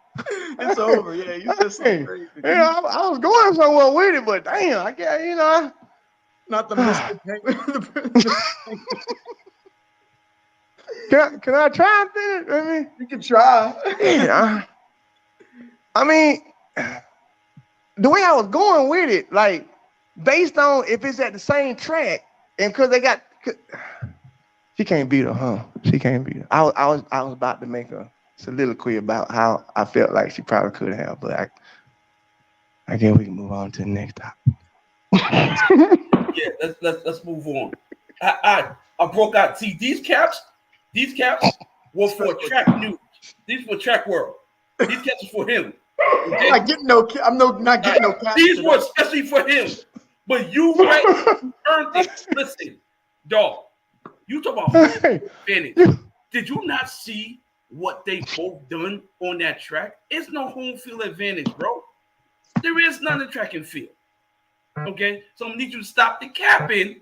Okay, but I'm just saying, I had a good reasoning behind it. Stop the cap. I'm just saying. All right. I'm just saying. I'm just giving them perspective of like I could see. I said I could see it. I didn't say she would. I said I could see it. Like I could see the possibilities in it happening based off of the fact that we are saying she don't look 100%. She don't look 100%. So if she looks 100%, she gives a better race. She gives a better effort. If she looked like, okay, watch this. If she looked like Sha'Carri Richardson from last year when she dropped this in the second round of the USA trials, that's a different Sha'Carri. Based on top of her new body too. And I'm not talking about the body parts, like people want to talk about. I'm talking about, I'm looking at it from a naked eye. She's been hitting the weight room. So she's been putting some power behind it. That's all I'm saying. I'm saying like I could see in a perfect race for her at Oregon, she could win it. But it got to be Oregon. It got to be Oregon. That's all I'm saying. It got to be Oregon. It got to be Oregon. Hold on. I just got at least give me that much. Give me that much. Hold on. I know she went 10-5 in Oregon. Listen, I got give me that much. News. I got some breaking news, and you can confirm it because you're close to that family. I'm hearing that Elaine's Achilles is acting up again. No, yes, it is. It is acting up, but she'll be fine. She'll be fine. Those things don't matter. For third. All I was saying is, before you brought out the double Freddy Cougar hats on me and sliced me up, I was yeah, I'm listening. I'll say what I was brief saying. Like I think Sha'Carri can do really well.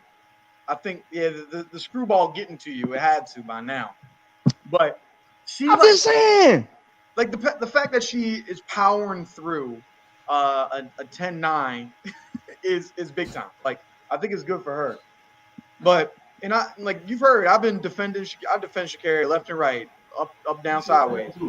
Like I haven't seen much to say that she's better than the Jamaicans right now. I'm not saying she's better right now. I'm not saying right now. I'm just saying like if we look into the future of what could possibly be based on what we're seeing, what could possibly be, it's possible. At some point, maybe in 2024, I'm not saying. He said 2024. I mean, he completely dismissed this year and next year. Right now, beating Elaine and Shelly Ann, like once again, I am I've defended her left, right, and sideways last week. I got an entire nation coming after me last week, so I'm on her side. But here's I'm gonna switch hats. I'm gonna switch hats. She's not running what she's running. I'm gonna switch hats and get to the next topic. But I just want to finish out and my only reasoning for saying why I could see it. Because again, she's keeping up at 60% of what she can do. That's her muscling it. She muscled, y'all both said it. She muscled this race. So if she muscled and was able to keep up with the best, damn near the best ever by muscling, then you ain't too far behind. And we can't say the best ever muscled it. She finessed it. There's a difference. When Elaine runs slow, it's a finesse run. It's like, bro, my shit don't ever change. Like it's gonna be finesse fast or finesse slow. So right now she's just finessing it. So when she go fast, based on what I'm saying, she'll be 10-5 ready again. She'll be 59 ready. She'll be 58 ready. But here's what I also see. I also see the same thing y'all saw and the same thing everybody sees. She has the best. Hold on, some shit burning. Hold on. Oh, that's my Lord, counter. Hold on. Lord, look. I don't know what Ray's drinking tonight. Hey, my camera said I was cat. I don't know what he's drinking tonight. Oh my But God. Like I need to see a little more from like Y'all need to leave see my a good damn race camera. this week. Even I guess even Jesus said, Ray, you gotta stop. yeah, Let's get to some Yeah. There's a little stuff, candle man. wax don't caught Yeah. on fire. Y'all be burning my candles and stuff. My candle wax don't caught on fire. I had to put some water in it. Like, okay, well, I take that back. I guess you can't win. all right, let's get to this college stuff, man. Okay. Move right along. Move right along. I was trying to prove my point, but I guess not. Move right along. So I guess no, Sha'Carri can't win. I guess she can't. I don't know what I was thinking. I apologize to both of y'all. I apologize to God. I'm sorry. I guess I took it too far. Mm-hmm. So, what did you want to start off with the car? Because I guess we might as well start with Micah. Micah. I want to start with Micah because I need us to start up with Micah because I don't understand how coaches You owe him an apology. a medal. Like who owe what? You owe Mike an apology. You paid too much attention first of all. I do. You owe him an apology. You wrote him off. And that 986 was a very clean looking 986. I didn't write him off. Here's what I said. I said you should be doing that. Meaning you've already been there before. Nothing you do gonna surprise me or is going to impress me. That's why you're wrote off. You're wrote off because you went back to college. You're wrote off because he went back to college. Huh? Yeah, he was supposed to go back to college. But he don't. For what? Why he ain't make the team? But he ran the times. So now you went back to college. He didn't run legitimately under 10 seconds until the trials. But he did it. Right, and he won indoors. Not 991. When you come back to college, what do you have left to do? The same thing. Hey, you have a lot. You have a lot. Remember, he didn't win the 100 at last year outdoors. Okay, well, we can talk about him first because I owe him an apology. I will say it right here on Race Take. I apologize. Why? Because I didn't think that he should be racing college kids no more. And I thought because he's racing college kids, he would not hit the numbers that he could possibly hit. I really said that. Like, no, because you should have came out. So I apologize because no, I did not think that he would be able to get back to this level. Okay? I'm sorry. Wait, what? Whoa, wait a minute. Do you not realize that college has changed? Cats is running super faster than they was when we was in school. Like there's multiple guys that got sub 10 second PRs that he's running against. Just because you think, but they didn't have it last year. Okay, well, take it back. Yeah, they did. He did too. Yeah, the Florida State kid was the fastest one in D1 until nationals, and then you got the young man that's gonna probably go under 10 seconds.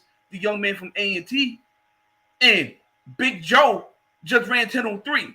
And I keep telling y'all, it's different when you watch that kid from Florida run live. It's one thing to watch him on TV. You got to watch Big Baby run live. And when he runs live, when you watch him run live, you have a completely different appreciation for his sports application. Okay? Well, you know they got to race each other, so both of y'all give it to me. They got to race each other. So clearly, Micah is going to win the race. But let's be clear. If you think for 1 second Mouse Holloway's not going to get that kid ready to compete, I'm telling you something right now. If Micah doesn't put that joint away early and he leads Joe within striking distance, okay. Like I said, all y'all who talk about Joseph Fahnbulleh never see him run live. I had the privilege to watch him run live. He's different. Keep it close. Keep it and trust me, Coach Holloway works on his start. This whole deal, everybody talking about he's not working on his start. His start is crappy. No, he does work on his start. He works on it all the time. Okay, this is a man who's had a medalist in every Olympic event on the men's side, who has a national champion in every sprint discipline in college. No other coach can say that but him. Trust me, he knows what he's doing. Fahnbulleh is going to be fine. But going back to Micah, it's Micah's race to lose. It's his race to lose. Because the beautiful thing about him going back to college, he doesn't panic anymore. He doesn't panic. You know what I'm saying? He doesn't panic. But remember, when he was running his freshman year, he was running all crazy. He's confident. That's the beauty of him going back to school. He now is able to run confidently and keep his technique together. He already got thrown in the fire with the Olympic trials. And remember, his form broke. Remember, he was in the top 3. His form broke. His form broke. You're not going to see that. You're not going to see that this year. And if he can maintain that through the U.S. championships, it won't be a problem. But yeah, collegiately right now, he's the man to beat. Big Joe more than likely is going to finish in the top 3. I wouldn't be surprised if he finishes in the top 2. And if Mike is not careful, he's going to lose. I'd say the favorite going into the race is Mekhi Williams. When you have he's tied for the second fastest time in the world right now. You've ran 9.8 twice this year. I know one was windy, but it was 2.5. Right. But you've ran it twice this year, and you ran 9. You are the favorite. I think the biggest thing in his way is himself, because he is going to remember how he was the favorite at nationals indoors and he false started in the prelims. That's just it's going to be in your head. As an athlete, you're going to be lining up on that line all right, let's get this off right. Whether it should be or not, the only reason I don't think he's going to win is if some issue happens where he's not able to complete it. If he can run the full race, I think it's going to it's his to lose. There are other athletes that can give him a good run for his money. I think favor Ash. If I'm saying that right, it might be Ashe. I'm sorry. I think he's going to give him some time, because he put up some good times at Western prelims. Obviously you got Fambule and who knows what Sean Maswangane might pull up. There's other people that can drop stuff, but I think it's his to lose right now. The most dangerous sprinter going into the NCAAs, and I've been singing his praises on my other show a year ago this time. See that kid from the University of New Orleans? Oh yeah, he's got no pressure. Just like Coastal Carolina girl indoors. Nobody cared about her. No one had nothing to say about her. You're running so loose because you're just happy to be there. That's kind of how Ray was. That's actually a good one. I forgot about him. With Burnett getting hurt at the Pac-12 championships, that opened up another spot. Then you got the kid from Stanford. Let me tell you something. Shout out to Coach Coop, man. Coach Coop is doing a phenomenal job with that. Shout out Coach Coop out there. You know what I'm saying? Shout out to him. That kid from New Orleans, I've been saying it from last year, and people thought I was crazy. Dude, once he got some training partners, it was gonna be a problem. And you know who his coach is. He was one of your national team teammates, Brian Johnson. Oklahoma. You know what I'm saying? Yeah. Oklahoma. Yeah. Big Brian, man. So he's in great hands. Brian knows what it's like. Remember, he was the only, when he was at Southern, he made the NCAA finals against Gatlin and Michael Frey and all those guys. He's gonna be a dark horse. I don't think he's gonna win, but I think he's gonna be a dark horse. Then you got my man from A&T. That little dude from A&T is special, man. He's special. And believe you me, I believe Mouse is gonna put 2 guys in the 100-meter final. So it's gonna be interesting. God, Micah Harris. Forgot about him. You know what I'm saying? So it's gonna be interesting to see on the men's side. But yeah, the regional meet was something. Now, Ray, you owe Abby Stein an apology too. First of all, I was about to get to that next. I was about to get to that next. Just go and find get my special cap for you. I was about to get to that next. Thank you. What did she run again? 1099 and 2201. Okay, at 2201, it was into a what headwind? No, it was a 2. You say no? You say no? It was a tail. It was a tail. Is it a tail? It was a tailwind. Yeah. It was a tailwind. Right. Effortless. What she running at? What she running at LSU into the headwind? She ran 22:36. Into the headwind? Mm-hmm. Okay, and the headwind was what now? What was the headwind? Okay, so your point is what? What's your point? I can't. I just like ask questions. I be forgetting stuff. No, you don't. No, Coach. you don't. You're not about to You bait see, me. my brain be going bad. Brain going bad. You're not about to bait me. Okay, let me ask You're not about to this. bait me, sir. So she won, right? If that weekend she won, right? Yeah, she's the top seed going into the Yeah. semis. So who got second? Wasn't her. It wasn't Ophelia. Huh? Ophelia didn't get second? Ophelia's not the second. I don't think she's the second overall time. No. At the track meet this past weekend. Who got second? I mean, it was rounds. It was no championship. Yeah. What was Ophelia at? Where was Ophelia at? I think she was third in the East. Okay, Yeah, so basically they didn't race each other, right? They didn't allow them to race each other. No, it's it's region like East region. It's flipping 4 regions, right? 4 regions, right? Right. Yeah. Okay, 4 regions. So today, like this. So what apology would I owe to somebody who still got to go and beat that other person? I said that you're not gonna beat them person because you started out too fast, and I don't give a damn what you're running now. Ophelia still is the one you got to go beat. So what I owe her apology for? What apology I owe her? Okay. What apology I owe her? Because first of all, when she did what she did, I had Abby making the team in the 100.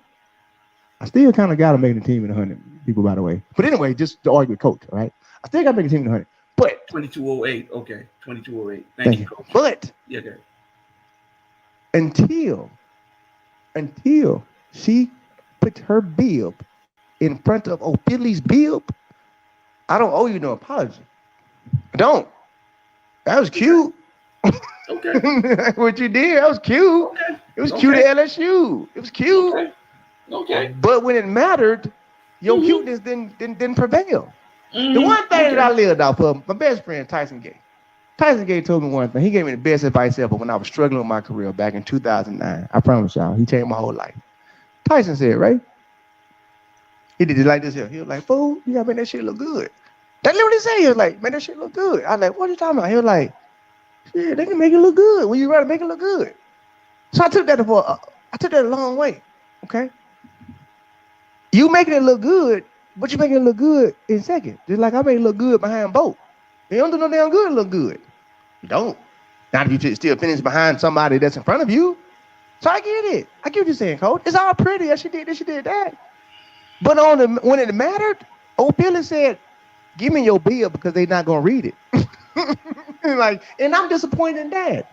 Because in my world, the way that you started out, you supposed to be able to stay in front and beat Ophelia. Okay, I'm gonna go and tell y'all on my show right now on Race Day why I'm feeling this way. Because I base a lot of this off of myself and my career when I ran junior college, all of that.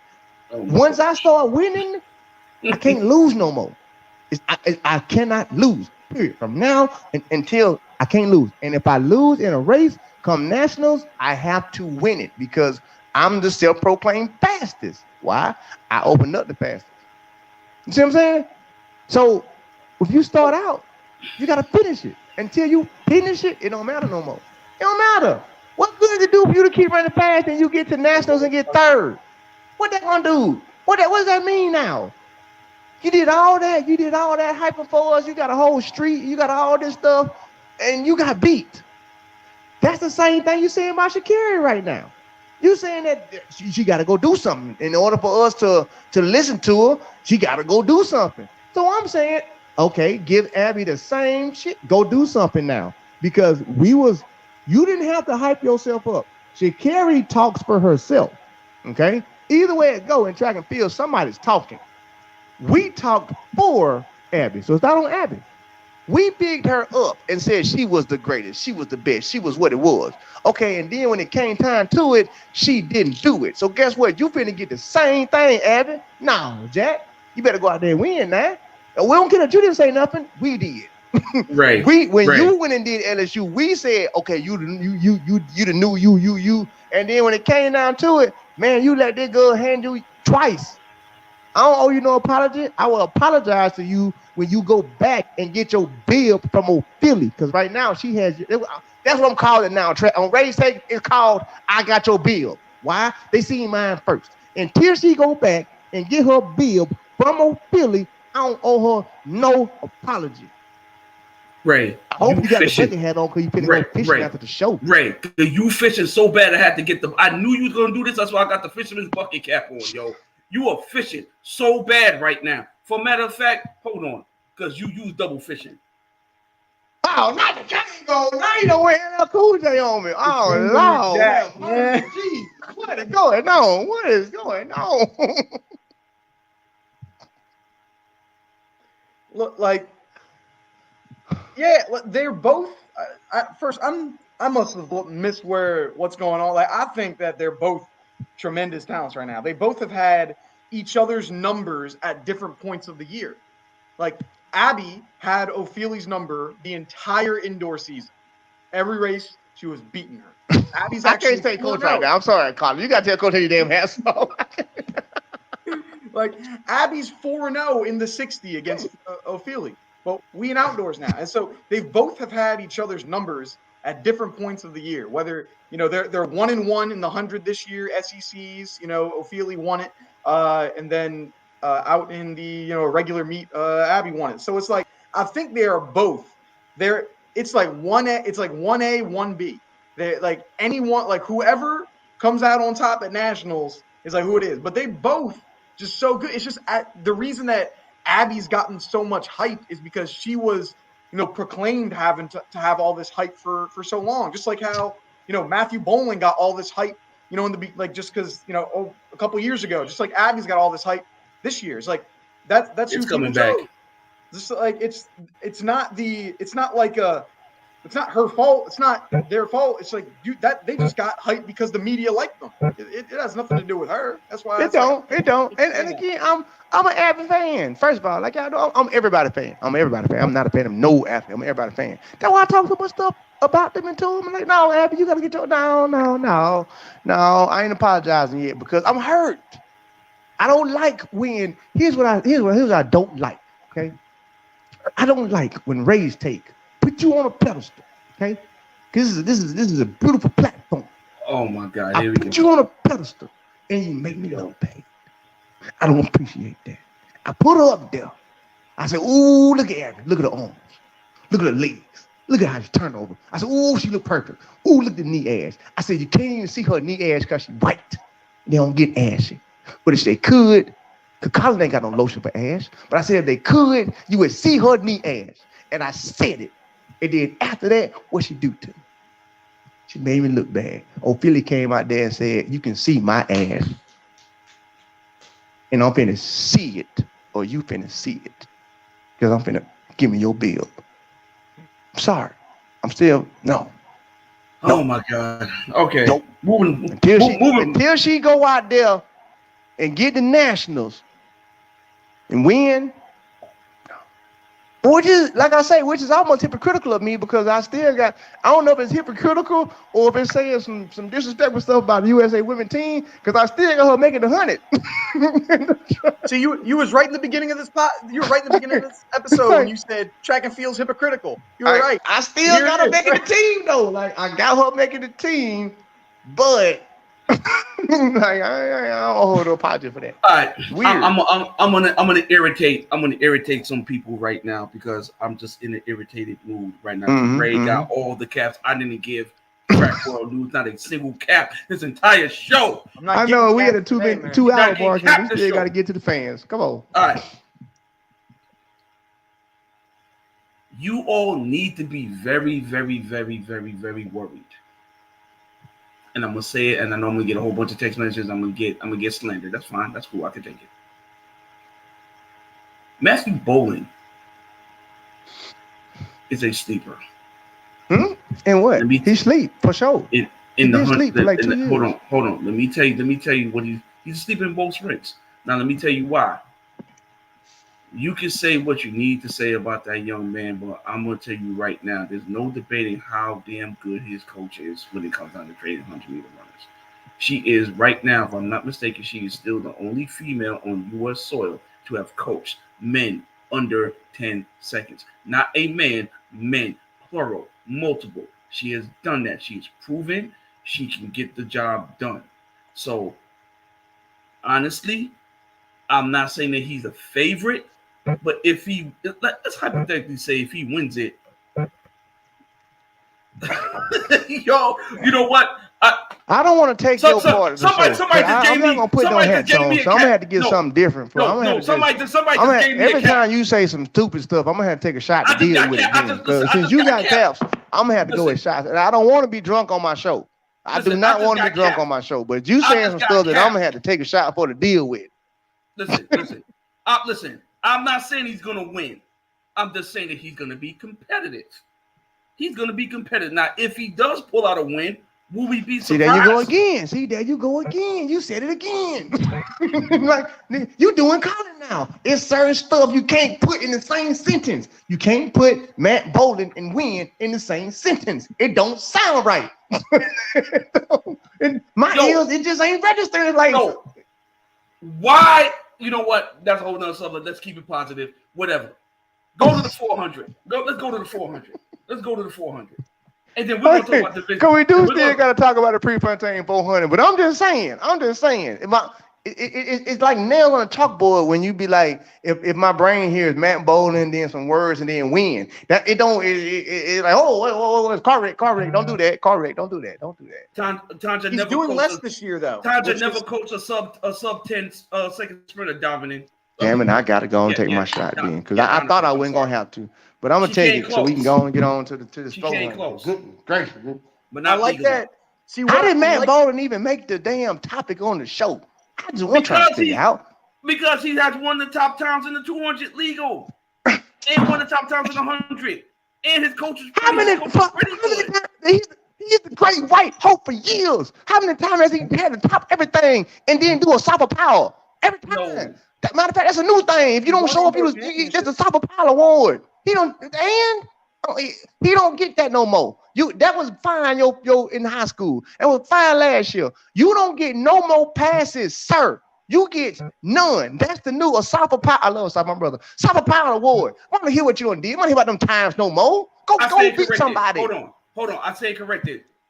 Tonta Buford Bailey did coach somebody under 10 seconds. I thought it was Coach Kareem Street Thompson that was coaching them. So, my bad. Donovan, you was correct. Stand corrected. Okay. Let's move on. Can we hit that 2 hour marker? Yeah. Let's move on. We still got to talk about this amazing 400 from Prefontaine. So, y'all was impressed. I just want to say I told you so. We're gonna talk about both 400s and the 400 from college too, but I don't talk about 400 from Prefontaine. Say I told you so. I told you he was gonna go 43.6. Okay. That's all. That's cute. Now, based on what you just said, and then based on early in the show, does it matter that he went 43.6 now? It gives him confidence. Yeah, I was gonna say it's a confidence booster. Like it's a confidence booster. Same with Trayvon Bromell. That was a confidence booster.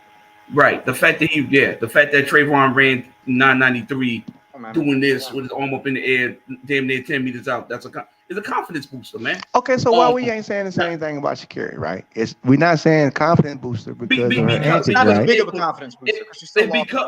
Dude, the reason being is because of how it looked and how she ran it, bro. But she ran it though. So how's it not a confident booster for her? Right. I'm just saying. Let me ask you something. In 2017, dude, did that 996 that Bolt ran in the finals? Was that sexy? No. Knowing that we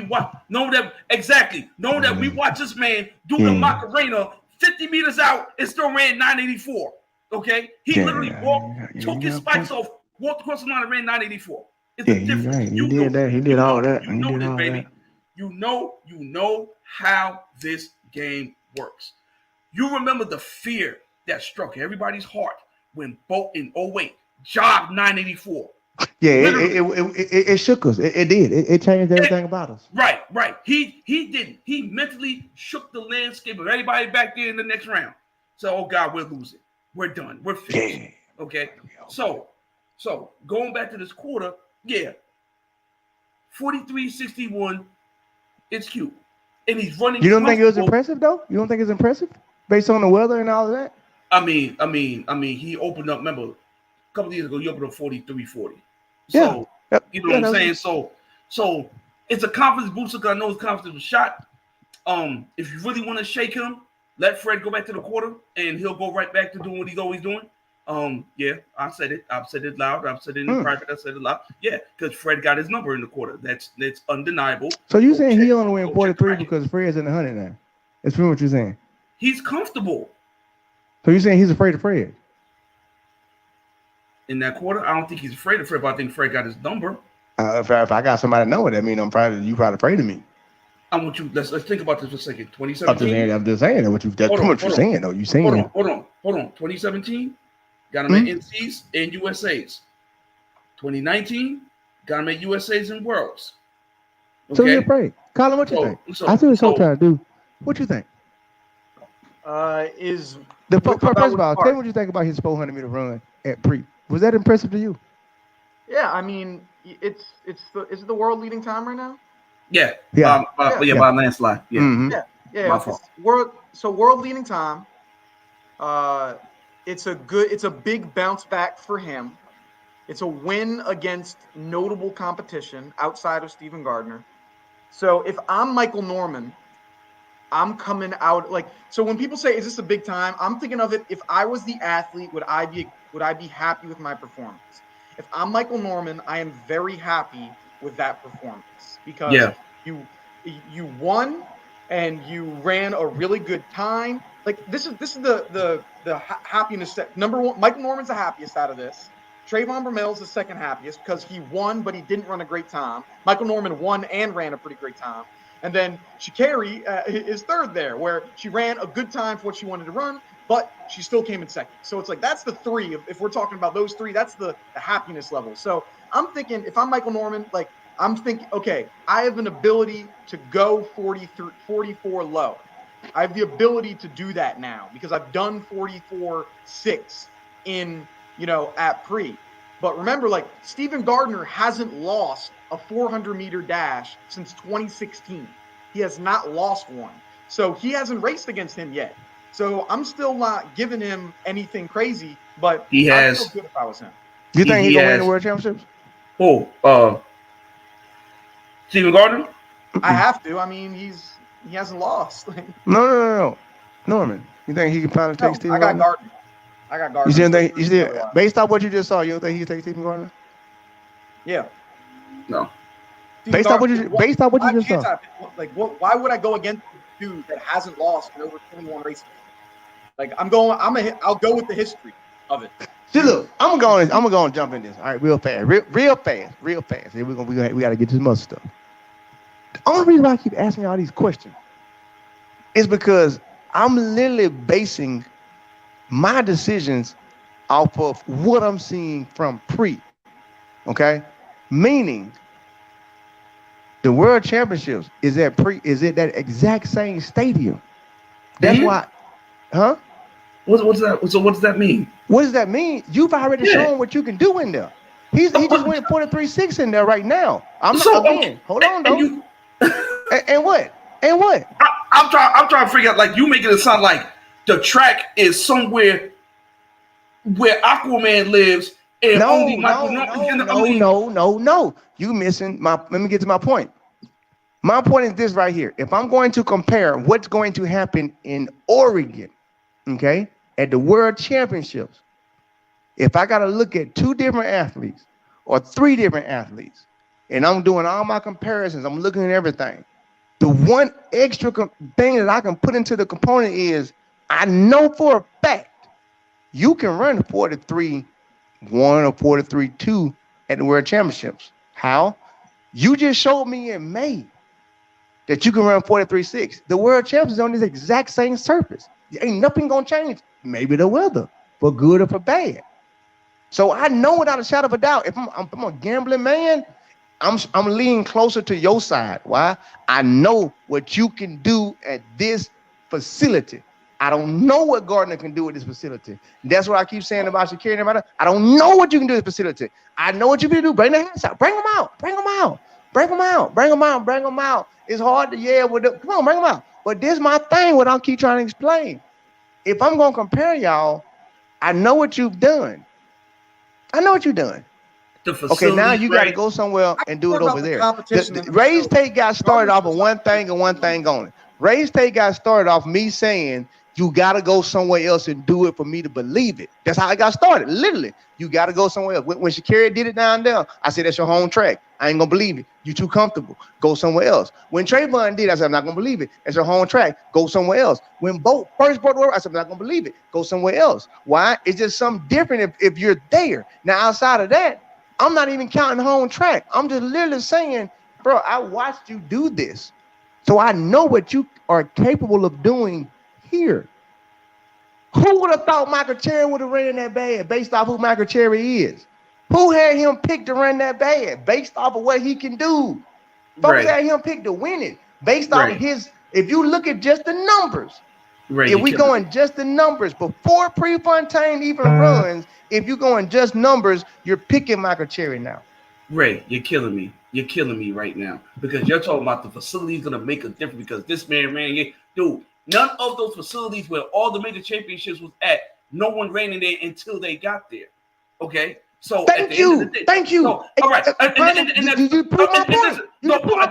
I didn't prove your point. Yes, you did. Nobody knew. Nobody knew. I'm on the side of nobody knew what it felt. Bo didn't know. Nobody know what it feels like until you get there. Listen, so it's a living. Hold on, though. Let me say this. Because both of y'all said it. Both of y'all said confidence booster, right? It's a confidence booster. But what does the track? Hold on. So why does my confidence booster gotta be shortened? Well, it can't be shortened because now if I'm Michael Norman and I'm walking into the World Championships, I've already ran 43 on this track. I'm different. I feel good about it. Why? No, you're not. What do you mean? No, you're not, dude. It's just because you ran 43, that don't mean anything. He's not better than Steven Gardner, bro. No, I didn't. No. You put words in my mouth. I didn't. No. I did not say better than. It's the same thing as somebody Sha'Carri. Y'all trying to misquote me. I'm not saying he's better than Gardner at all. I'm not saying that. But if you asking me at World Champs, I'm gonna go with this one. Why? Because I just like to. I like to be logical and use common sense. Common sense. I've seen this horse on this track. Sometimes common sense. I've seen this horse on this track. I've seen it. So what you want me to do is you want me to bet. It's the same thing I talked about Christian Coleman, which is why he ain't ran on 9 this year. You want me to bet on a horse and what that horse gonna place on a surface that horse has never done anything. The beanie with the brim. The beanie, because he know this one. He know I'm standing on something with this one. You want me to bet? Okay, I'm gonna put it into betting perspective. I got $1 million right now, and I got 2 horses at the Kentucky Derby. You want me to bet on? Okay, both of these 2 horses are fast. They right pretty close in the same thing. This horse has not lost. Okay, that's fine and dandy. This horse look questionable. But we talking about the Kentucky Derby. Right now, the Kentucky Derby is in 57 days. This horse just went to the Derby and put down a time, which means I know for a fact this horse is good enough to put down this 43 on this surface where my bet is going to count at. I don't give a damn about nothing else. You just showed me on this surface. So guess what? The other person, I can't put my money on it. Why? Services play a difference. And the only reason I'm saying is because of this right here. Based on what I'm looking at, I'm a Steven Gardner fan. I've been saying Steven Gardner all day long. I've been saying it. But at the same time, sometimes, like now, I'm speaking from the athlete side and Ray was the athlete side of me and saying, bro, you know how high my confidence is as an athlete? As an athlete, you talking about confidence in winning, I've already ran 43 on this track. I ain't got a question or wonder what I can do now. So my confidence is through the roof. I'm good. I'm good now. Which means, guess what? If I know I can run 43.6, in my mind, I can go faster. Why? I've already done that. So that's why I'm saying, I'm not saying that he's better than Gardner. I'm not saying that. But what I'm saying is, you got to give him the competitive edge because guess what? Again, if we talking about football, if I've already kicked in the stadium with the wind and you haven't, then guess what? I come on that kicker. You ain't been in there yet. Ray, your takes are so cold right now. I have to break out the winter caps, bro. Listen, okay, here's one thing that you're forgetting. I know one thing I ain't forgetting. My top picks for the past World Championship in indoors ain't been off at all. Only person I had wrong in indoor was I had CC at third. He got second. So to put that part out there, I ain't been wrong yet at a championship. Listen to me, Ray. Listen to me. This is a thing called rounds, and as of right now, he hasn't proven that he can come back in the finals and run fast. This ain't the NCAA championship. This isn't 2 rounds. Them 3 rounds matter. No, they don't matter. They do not matter. No, I'm gonna stop you. I'm gonna let you keep going. I'm gonna stop you. Rounds don't matter when you ain't got nobody running fast. People running 43. How many people and go with the world champs? How many people running fast enough to where you got to go 43, 44 every round? He can sit and do. He can sit. Ray, listen to me. Listen to me. It's about lane assignments. It's about lane preference. Those rounds matter. Those rounds matter. And as of right now, based on what we have seen from him, okay, those rounds has taken him out. Okay? Because based on what we've seen. Hold on. Yes, you're correct. Hold on. The only round that won't affect him is round 1. But when he gets to that semifinal and he got let's say, for example, he doesn't run fast enough in the prelims and he runs and he ends up in the lane, he ends up in the heat with Karani, Steven, and God. That's not gonna happen. That's not gonna happen. You're not gonna. The top 3 ain't gonna be in the heat together. Listen, it's not about the top 3. It's about how they conduct themselves in the prelims. No. It's still. I'm gonna put the track Illuminati in it. In the semis, it still don't matter. They're not gonna do that. The track Illuminati not gonna do that. I'm just gonna put that part out there. They're not gonna do that. Warholm and Rai Benjamin in the same prelim, so they can do whatever they want. Those two, yeah. Let's not forget they can do that. Them the prelim together. So come on now. Right. And this whole thing about he ran here this track, that crap don't matter. What you mean it don't matter? Right, it doesn't matter. I bet you Sha'Carri. I bet you she proves it matters this weekend when she runs at her home track at Star Olympic track meet this weekend. You talking about the Fugazi time trial that's happening? But it's a track meet. And I bet you she run fast. No, I bet you she run faster than she ran by far. Right. I'm gonna quote my man Chris Huffins. It is called a Fugazi time trial. Okay. You and I both know we could go down there right now and go and run under 11. It may be. Okay. This is my question. My last question to ask you. What school did he go to? Chris Huffins? No. What school did I mean, I know the answer. I'm just being an asshole right now. But I know he went to USC. But what school Michael Norman went to? Yeah, USC. So he's from the West Coast as well. So basically, because y'all like to debate and just use like track You do realize that Gardner trains in the United States. You do realize that Gardner trains in the United States. Right? First of all, I'm finishing. I got to say, okay. See, y'all like to use just numbers and track stats. I go a little deeper than that. I use everything. I use where your mama from. Where your daddy from? Where your grandma from? What school you went to? What they fed you? Where you sleep at night? Where you spend most of your time at? Because that's where you live at, okay? So when I sit there and put all that into the pot, right? And I'm sitting here saying, hey, I think he feels very comfortable out there. I gotta go with it. Why? Because again, I'm an athlete. I gotta remember 2009 when them folks was like, Ray Up was, he ain't gonna make it. And I'm sitting here like, you a lie. Why? I ran Prefontaine, which means, guess what? You want me to make this team? I already know what I can do on this track. You want to know what I'm saying? Like, I'm only speaking from an athlete perspective. I'm telling y'all, like, it's different. Like, nah, bro, I done did this shit already here. Now, when I went to Berlin, it's different. I don't know what to feel. I don't know what to expect. I ain't never ran on this track. You got too much shit going in your mind now. Like, that's an athlete. When I went over here, that's different. I know what everybody's saying. It's the same thing when I went on. I said Sha'Carri gonna get second, and everybody's like, "Oh, boy, you tripping?" No, I see shit from an athlete perspective and an analyst perspective. From an athlete perspective, Michael Norman can win it. Trust me, comfortability wins races.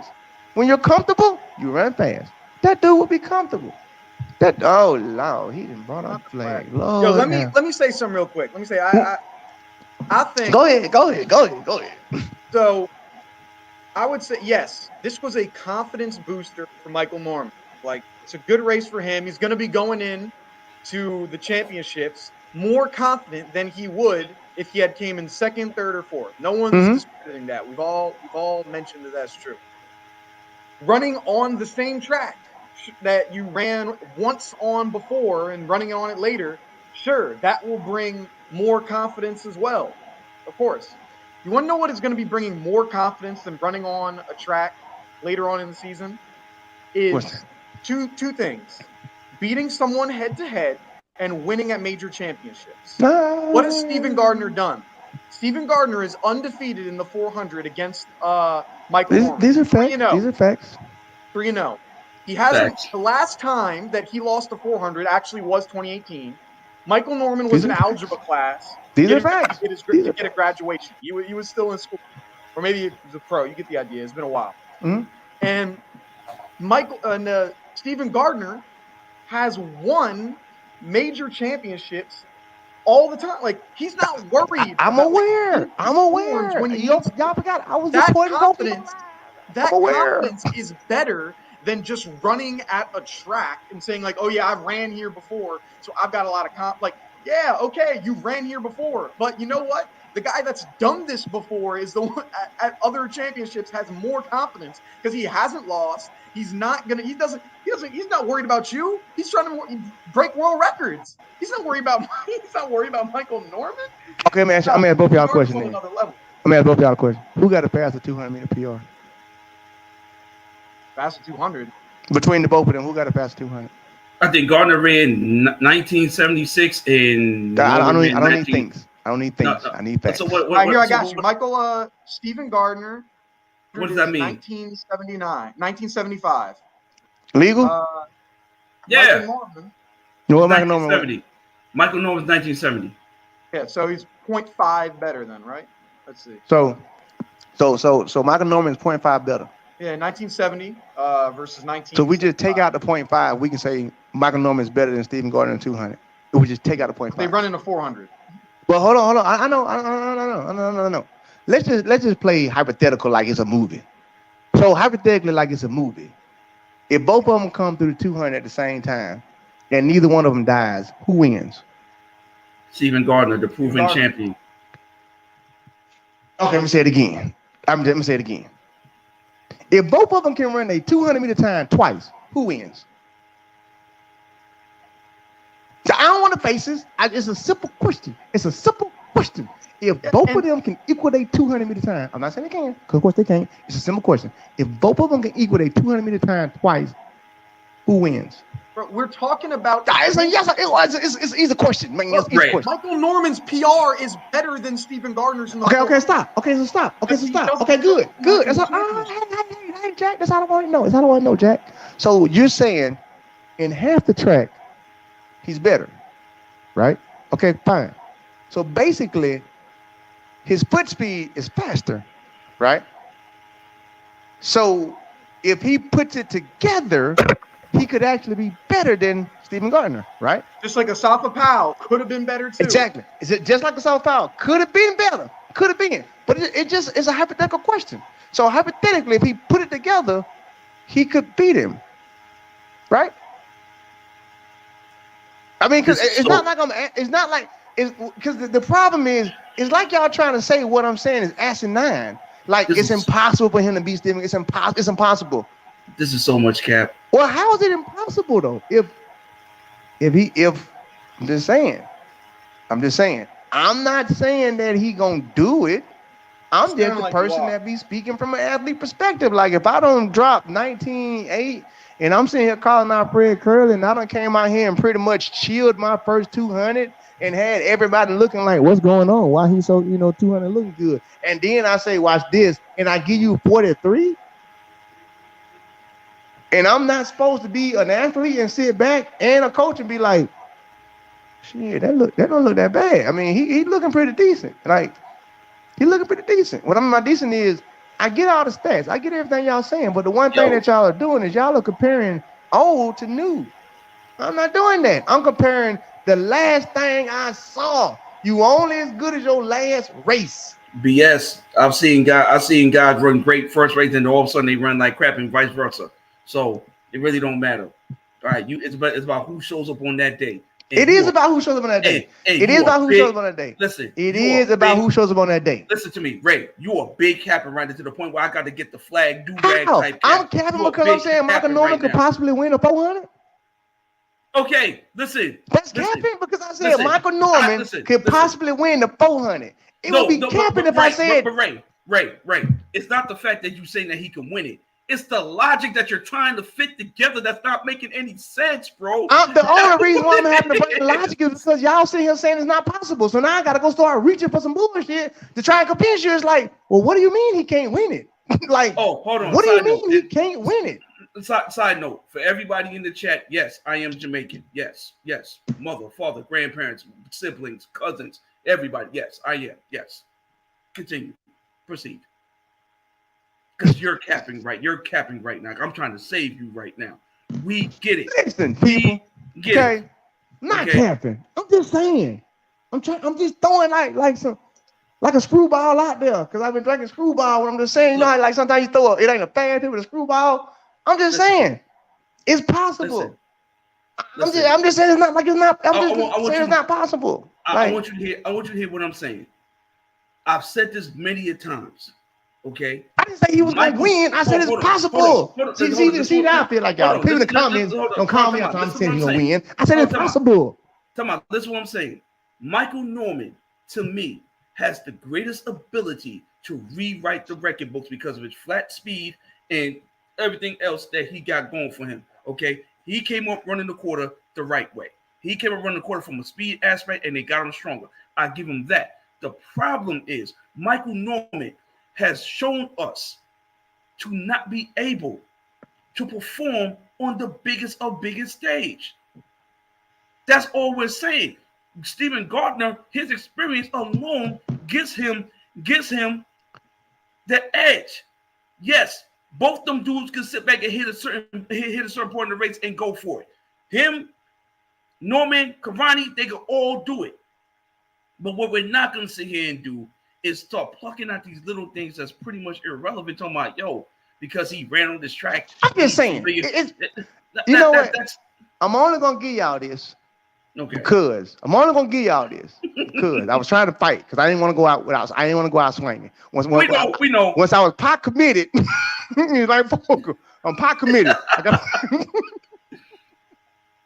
I'm pot committed. But as always, shout out to our brother Trayvon who does watch the show. And I gotta go ahead and comment it because he just said, Ray, I think the screwball hitting you.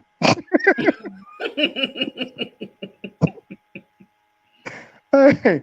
Oh, and he also wanted to make sure I told you, hey, shout out to you, coach, for wearing that Baylor University shirt. That's his alumni.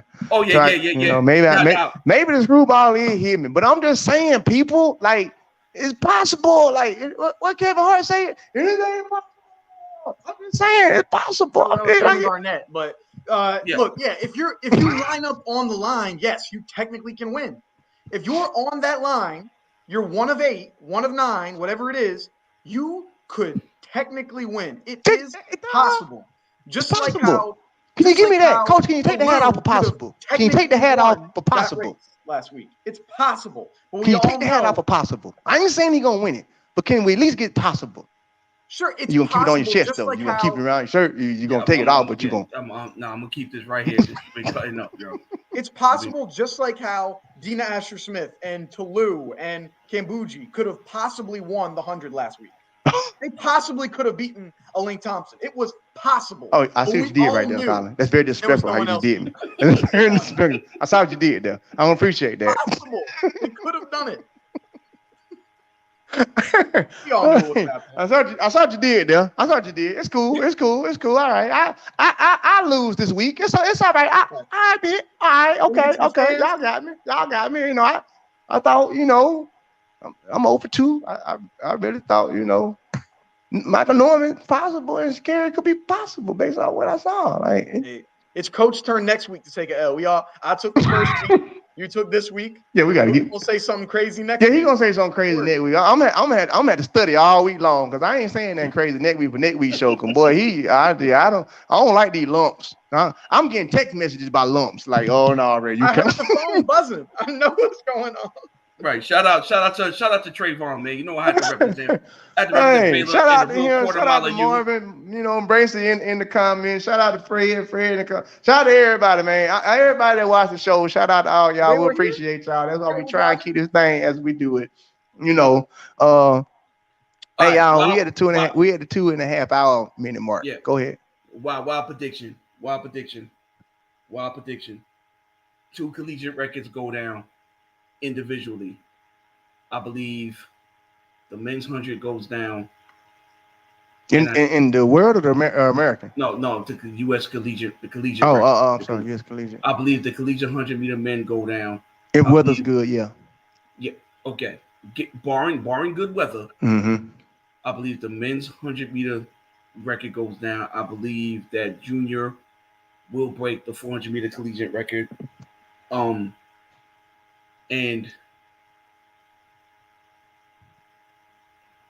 we're gonna see. I think we might see a sub 320 in the women's 4x4. Fair enough. Colin, what do you think? But hold on, we got to talk about real quick. Which one? The 200 For Shelly? Yeah. Personally, I just didn't. Yeah, I think she did her thing. She won. Yeah. Because somebody had commented that, but personally, I ain't really much to talk about. She got if Shawnee Miller-Rebo was in this race, she won. That'd have been different. That would have been different. Wasn't much to talk about. Right. That'd have been different. It looked like she was time traveling, yo. I wasn't impressed. Hey, y'all think Trey Cunningham gonna get the 110 meter college hurdles record? If he goes that boy is going fast. Like if Grant Holloway didn't exist, this man's got the national record by a landslide. But the fact that he's running up against the craziest athlete we've seen in a long time is why I feel just like how I feel bad for any pole vaulters that come up after Mondo. It's like, man, why you got to do all this? Now no one can make it because we have the ungodly talent right ahead of me. Like Trey Cunningham, he has the ability to go 12.99.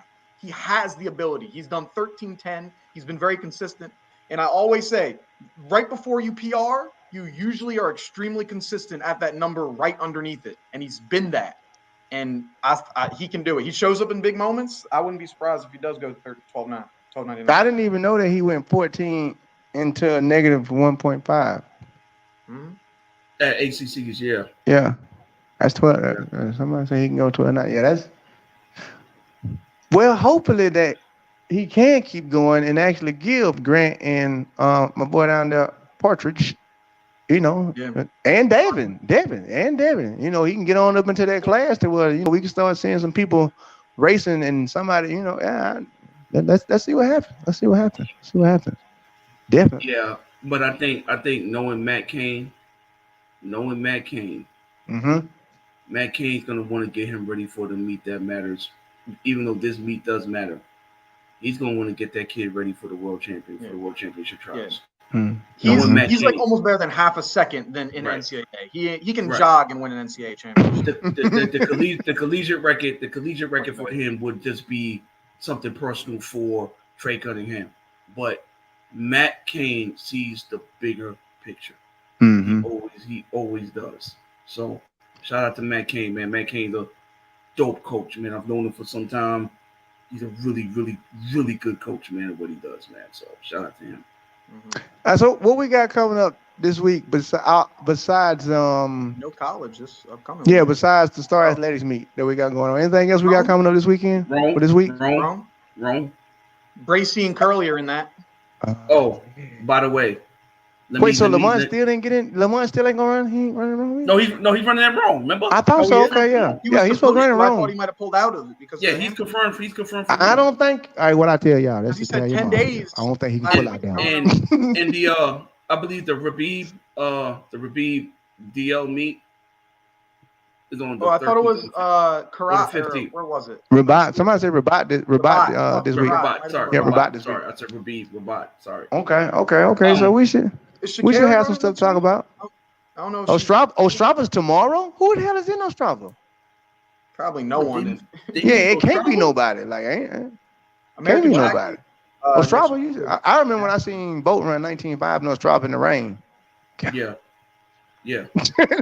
By the way, the biggest, craziest upset, I know we got to go because I know I got things I got to take care of. The craziest upset that I've seen. I know what you're going to say, too. Dude, I was in the building when Benjamin Azamati false started that 100. It literally took the air out of the whole facility. And then if you saw the 200, the way the kid from Grand Valley ran him down, ran him down the last 15. Fambule style. Went Fambule style on him. Fambule style. Straight up. And you know something? I don't know if any of y'all seen Azamati up close. Azamati's small. Yeah, man. he's small. He tiny. But let me tell you something. Technically, it's not watching him warm up. Dude, if Coach Stewart and the handlers that was there, because I know there was a lot of handlers from Ghana that was there. They get that kid back in line. I can tell y'all right here now on Raise Tape. He has a bright future. I can give you an exclusive right now on Raise Tape. Azamati will be fine. We're just waiting for him to finish the season out. Yeah, and the season's done. So, but there was like, and I know there's a worldwide thing because you got people from overseas listening to this. If you got kids that's in those track programs overseas, like the clubs, and they want to go and they want to come over here to run in the greatest minor league system in the sport of track and field, there's some very, very, very great Division II coaches. I'm talking about they showed up and they showed out this past weekend. So salute to them. Azamati, when he recognized me from the shows and stuff like that, he dapped me up. He said, "Coach, how you doing?" This and the third. Good kid. His whole team is good. They're gonna be fine, man. But that's what I want to tell you, Ray. Trevor Bassett wants to be on the show. Y'all already know. Season's always open. Y'all know what to do. If you ever want to be a part of the show or ever want to be on the show, all you gotta do is reach out to me at Raise Take anywhere. Raise Take at Gmail, Raise Take on my Instagram, Raise Take on my Twitter. Y'all already know that. Like, I actually would like for athletes and coaches to be more willing to come on the show. Like the seat, like I said, the seat's always open. I know that it gets a little timid because like we do this shit and we do it like so freely, you know what I'm saying? Like, because we've been doing podcasts and shows forever, but I don't want anybody to think that just because they don't do it or they don't feel like they do any type of, you know what I'm saying, commentary, they can't come on the show. Everybody and anybody is welcome to come on the show and you will get your 5-10 minutes or whatever. And just hit me up. Like literally hit me up. That's how shout out to him for that. Yeah, just make sure you like we say though, if you're gonna come on this show on a Monday or any day, if you're gonna come on here, you just like First Take, you better be ready. Don't come on here stumbling, don't come on here bumbling, don't come on here stuttering. You better have your stuff together, you better have your if they ain't even facts, if they bull crap like I do, you better spit it like it's facts. You better be ready because we coming. You better have it ready because he gonna check you for real and he gonna bring the hats and I'm gonna call you out. So, but you more than welcome to come on the show. Yeah, like Brandon Miller. Like if anyone hasn't seen it, look it up. Like it's the Brandon Miller running up on Azamati. Like you'll look at the race, you'll be like, oh yeah, this is an easy win. Like with 50 meters to go, he is ahead by like 1.5 meters with 50 meters to go, and he comes back and wins. Oh, he also with that guy Brandon Miller. He's transferring to Kentucky next year, so he's going to be on the big boy stage next year. Grand Valley was going D1 anyway, so he wasn't going to be. Whoa. Grand Valley's not going D1. I thought they said they're going D1. That's Queens. Queens University is going D1. A&M Commerce is going D1. Grand Valley's not going D1. 2. You know what? I'm not going to get onto a rant. We can say that for the next show because I have a very serious problem with the transfer portal, and I'll let that be known on my social media, on my other show. I'll let that be known that these coaches bust their butts. D2 coaches have to truly, truly, truly hunker down and coach and convince kids that we're not the special kids that you could come train with us. You're going to get top tier training. Grand Valley has beautiful facilities. Outdoor track is wonderful. The indoor track is phenomenal.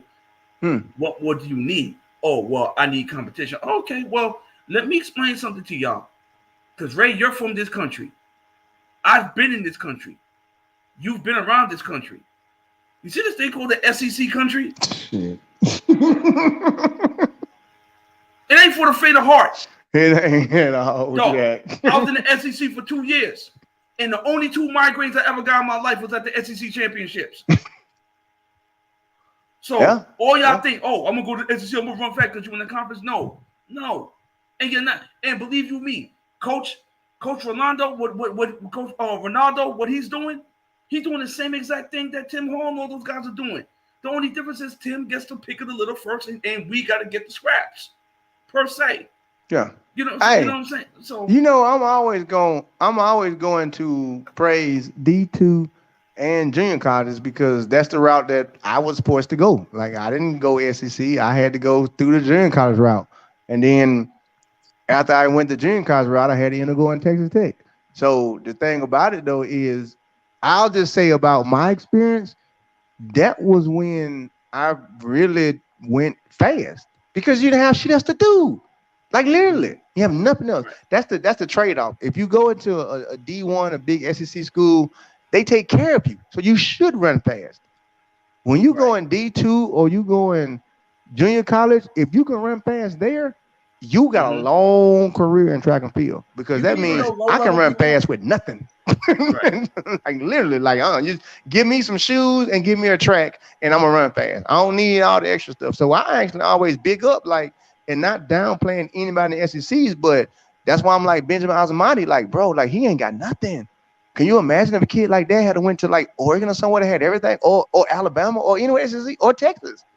If you was at a real school that had massage therapists, just the smallest something, like you actually got to eat in the real cafeteria.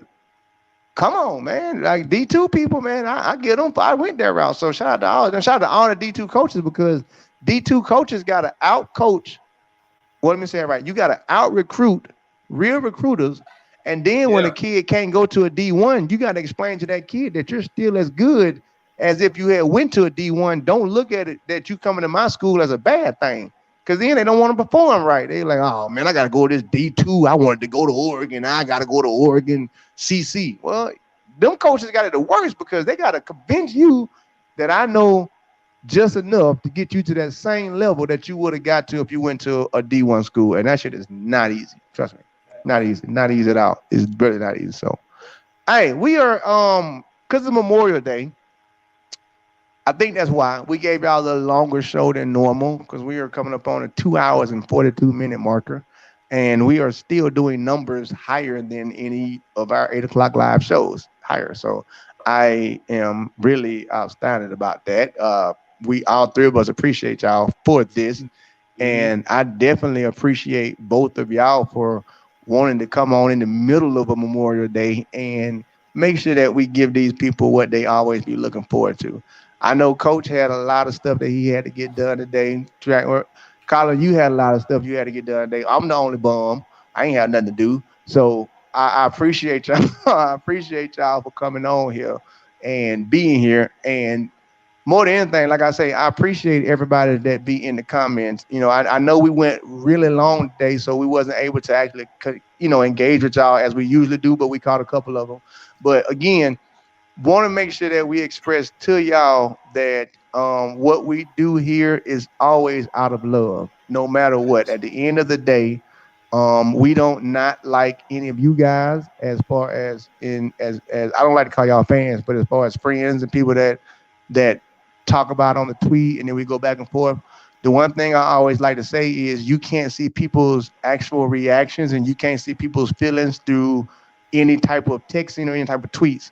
So let's always keep that in mind when we're talking to each other on Twitter, when we're talking to each other, under videos, all that stuff, because sometimes we could be being funny and sometimes people cannot be being funny, but you can't tell. So let's always keep that in mind because for one, I will say that I overly appreciate Ray's take, so I overly work on this. There's not a single comment that I don't read, and I can assure y'all can ask anybody on my team, like, no, that nigga's crazy. I read every comment on every show. I read every comment on Twitter. I read every comment on Instagram. Even when y'all going back and forth and it ain't got nothing to do with me, I read every single one of them. I'm always monitoring. So I appreciate all the engagement, but at the same time, let's keep that in mind that we are one family. It's all about track and field. We don't not like anybody. We don't wish any type of ill will on anybody, no coaches, no athletes, no nothing, because if we did, we wouldn't be doing this, because at the end of the day, we still make sure that we are giving insights from different avenues, so that even with, I hate to bring it up, even with Sha'Carri, coach may feel a certain way and he's able to express that. Me and Colin may feel a certain way, and it may be different than his. So what that does for the entire world is it gives that equality, because nobody's just coming down on any athlete. That's the whole basis of being able to debate. Being able to debate means that we all care. And so we're not trying to bring down any athlete. So let's make sure that we keep saying that, like, it's still entertainment. For me, anytime I come on this show, it's still entertainment. I want to make sure that we give a good show. I want to make sure that I do the best I can to give information, but I do read all that stuff. And today I will say that there was some stuff said on Twitter that I didn't actually like towards Coach. So let's just try and keep that in mind, that at the end of the day, let's still be professional and have fun and keep our emotions to the side, because we could be saying things emotionally and not understanding that it's pointless at the end of the day. So I just wanted to make sure I got that out today, because I didn't appreciate that. But again, I know that person, he just speaking, how he feel. But sometimes how you feel shouldn't be spoken, because other people can't read it the way that you're trying to put it out there. And that's just all I have to say about that and about this. So outside of that, hey, we ain't gonna keep y'all on here too much longer. We got next Monday, we got another wrap up coming up next Monday. And I'm pretty sure Coach gonna bring out his hats. And Colin gonna bring all 5 of his laptops. I swear he got like 5 laptops over there, y'all. Because I Googled for like 20 minutes trying to get my stats. And then we'll be in the middle of talking. He'll be like, oh, no, I got to watch this. Oh, no, 1925. Damn, bro, how you do it? I got 4 screens right now. I'm ready. Wow. Yo, I'm talking about for real. Hey, so I appreciate y'all for that. I appreciate y'all. Hey, go ahead and you know what I'm saying, y'all can tell these people where y'all at and give them y'all love. And then we're going to shut this thing off so I can go and finish my Memorial Day, and y'all can too. Cool. Yeah. You go, Coach. You got it. All right, appreciate it. So you can follow me on Twitter at Part 4. Once again, people ask me what the name means. I am my father's 4th son. So that's me paying homage to my dad, the greatest man on this planet. You can follow me on IG. I am Coach 718. And you can follow me and my crew, Track Chat, with the most known unknowns. You see the handle, it's a TAF Chatter, and we normally shoot our show every Wednesday, 8 p.m. Eastern Standard Time. It's on Facebook, it's on Twitter, and it's on YouTube. So check us out. Dope. Yeah, I'm Track World News. You can follow me anywhere on YouTube, on Instagram. That's where I'm probably most active. Twitter, I'm starting to get a little bit more there, but Track World News, post content all the time. If you want a breakdown of every single event at NCAA Championships, we'll be posting that next Tuesday. This is breaking news. First time it's being announced right here. So y'all, everyone who's in here, you're hearing it for the first time. I'm going to be doing a 2-hour-long podcast breaking down every single event happened at the NCAA Championships. We're going to have some special guests as well, which is going to be good. So you're going to be hearing from some good content, and we're going to be doing a couple other things during the NCAAs. You got a couple of guests that are going to join us that have some notoriety. We can say that. So, got a lot of stuff coming up. All right, y'all. Well, look, y'all got the rest of the week to annoy us on all our social media handles like y'all usually do. Yep. And we will see y'all next week. Appreciate y'all. Love y'all. Peace. Enjoy the rest of your day. We are out of here. Love yourself and love each other.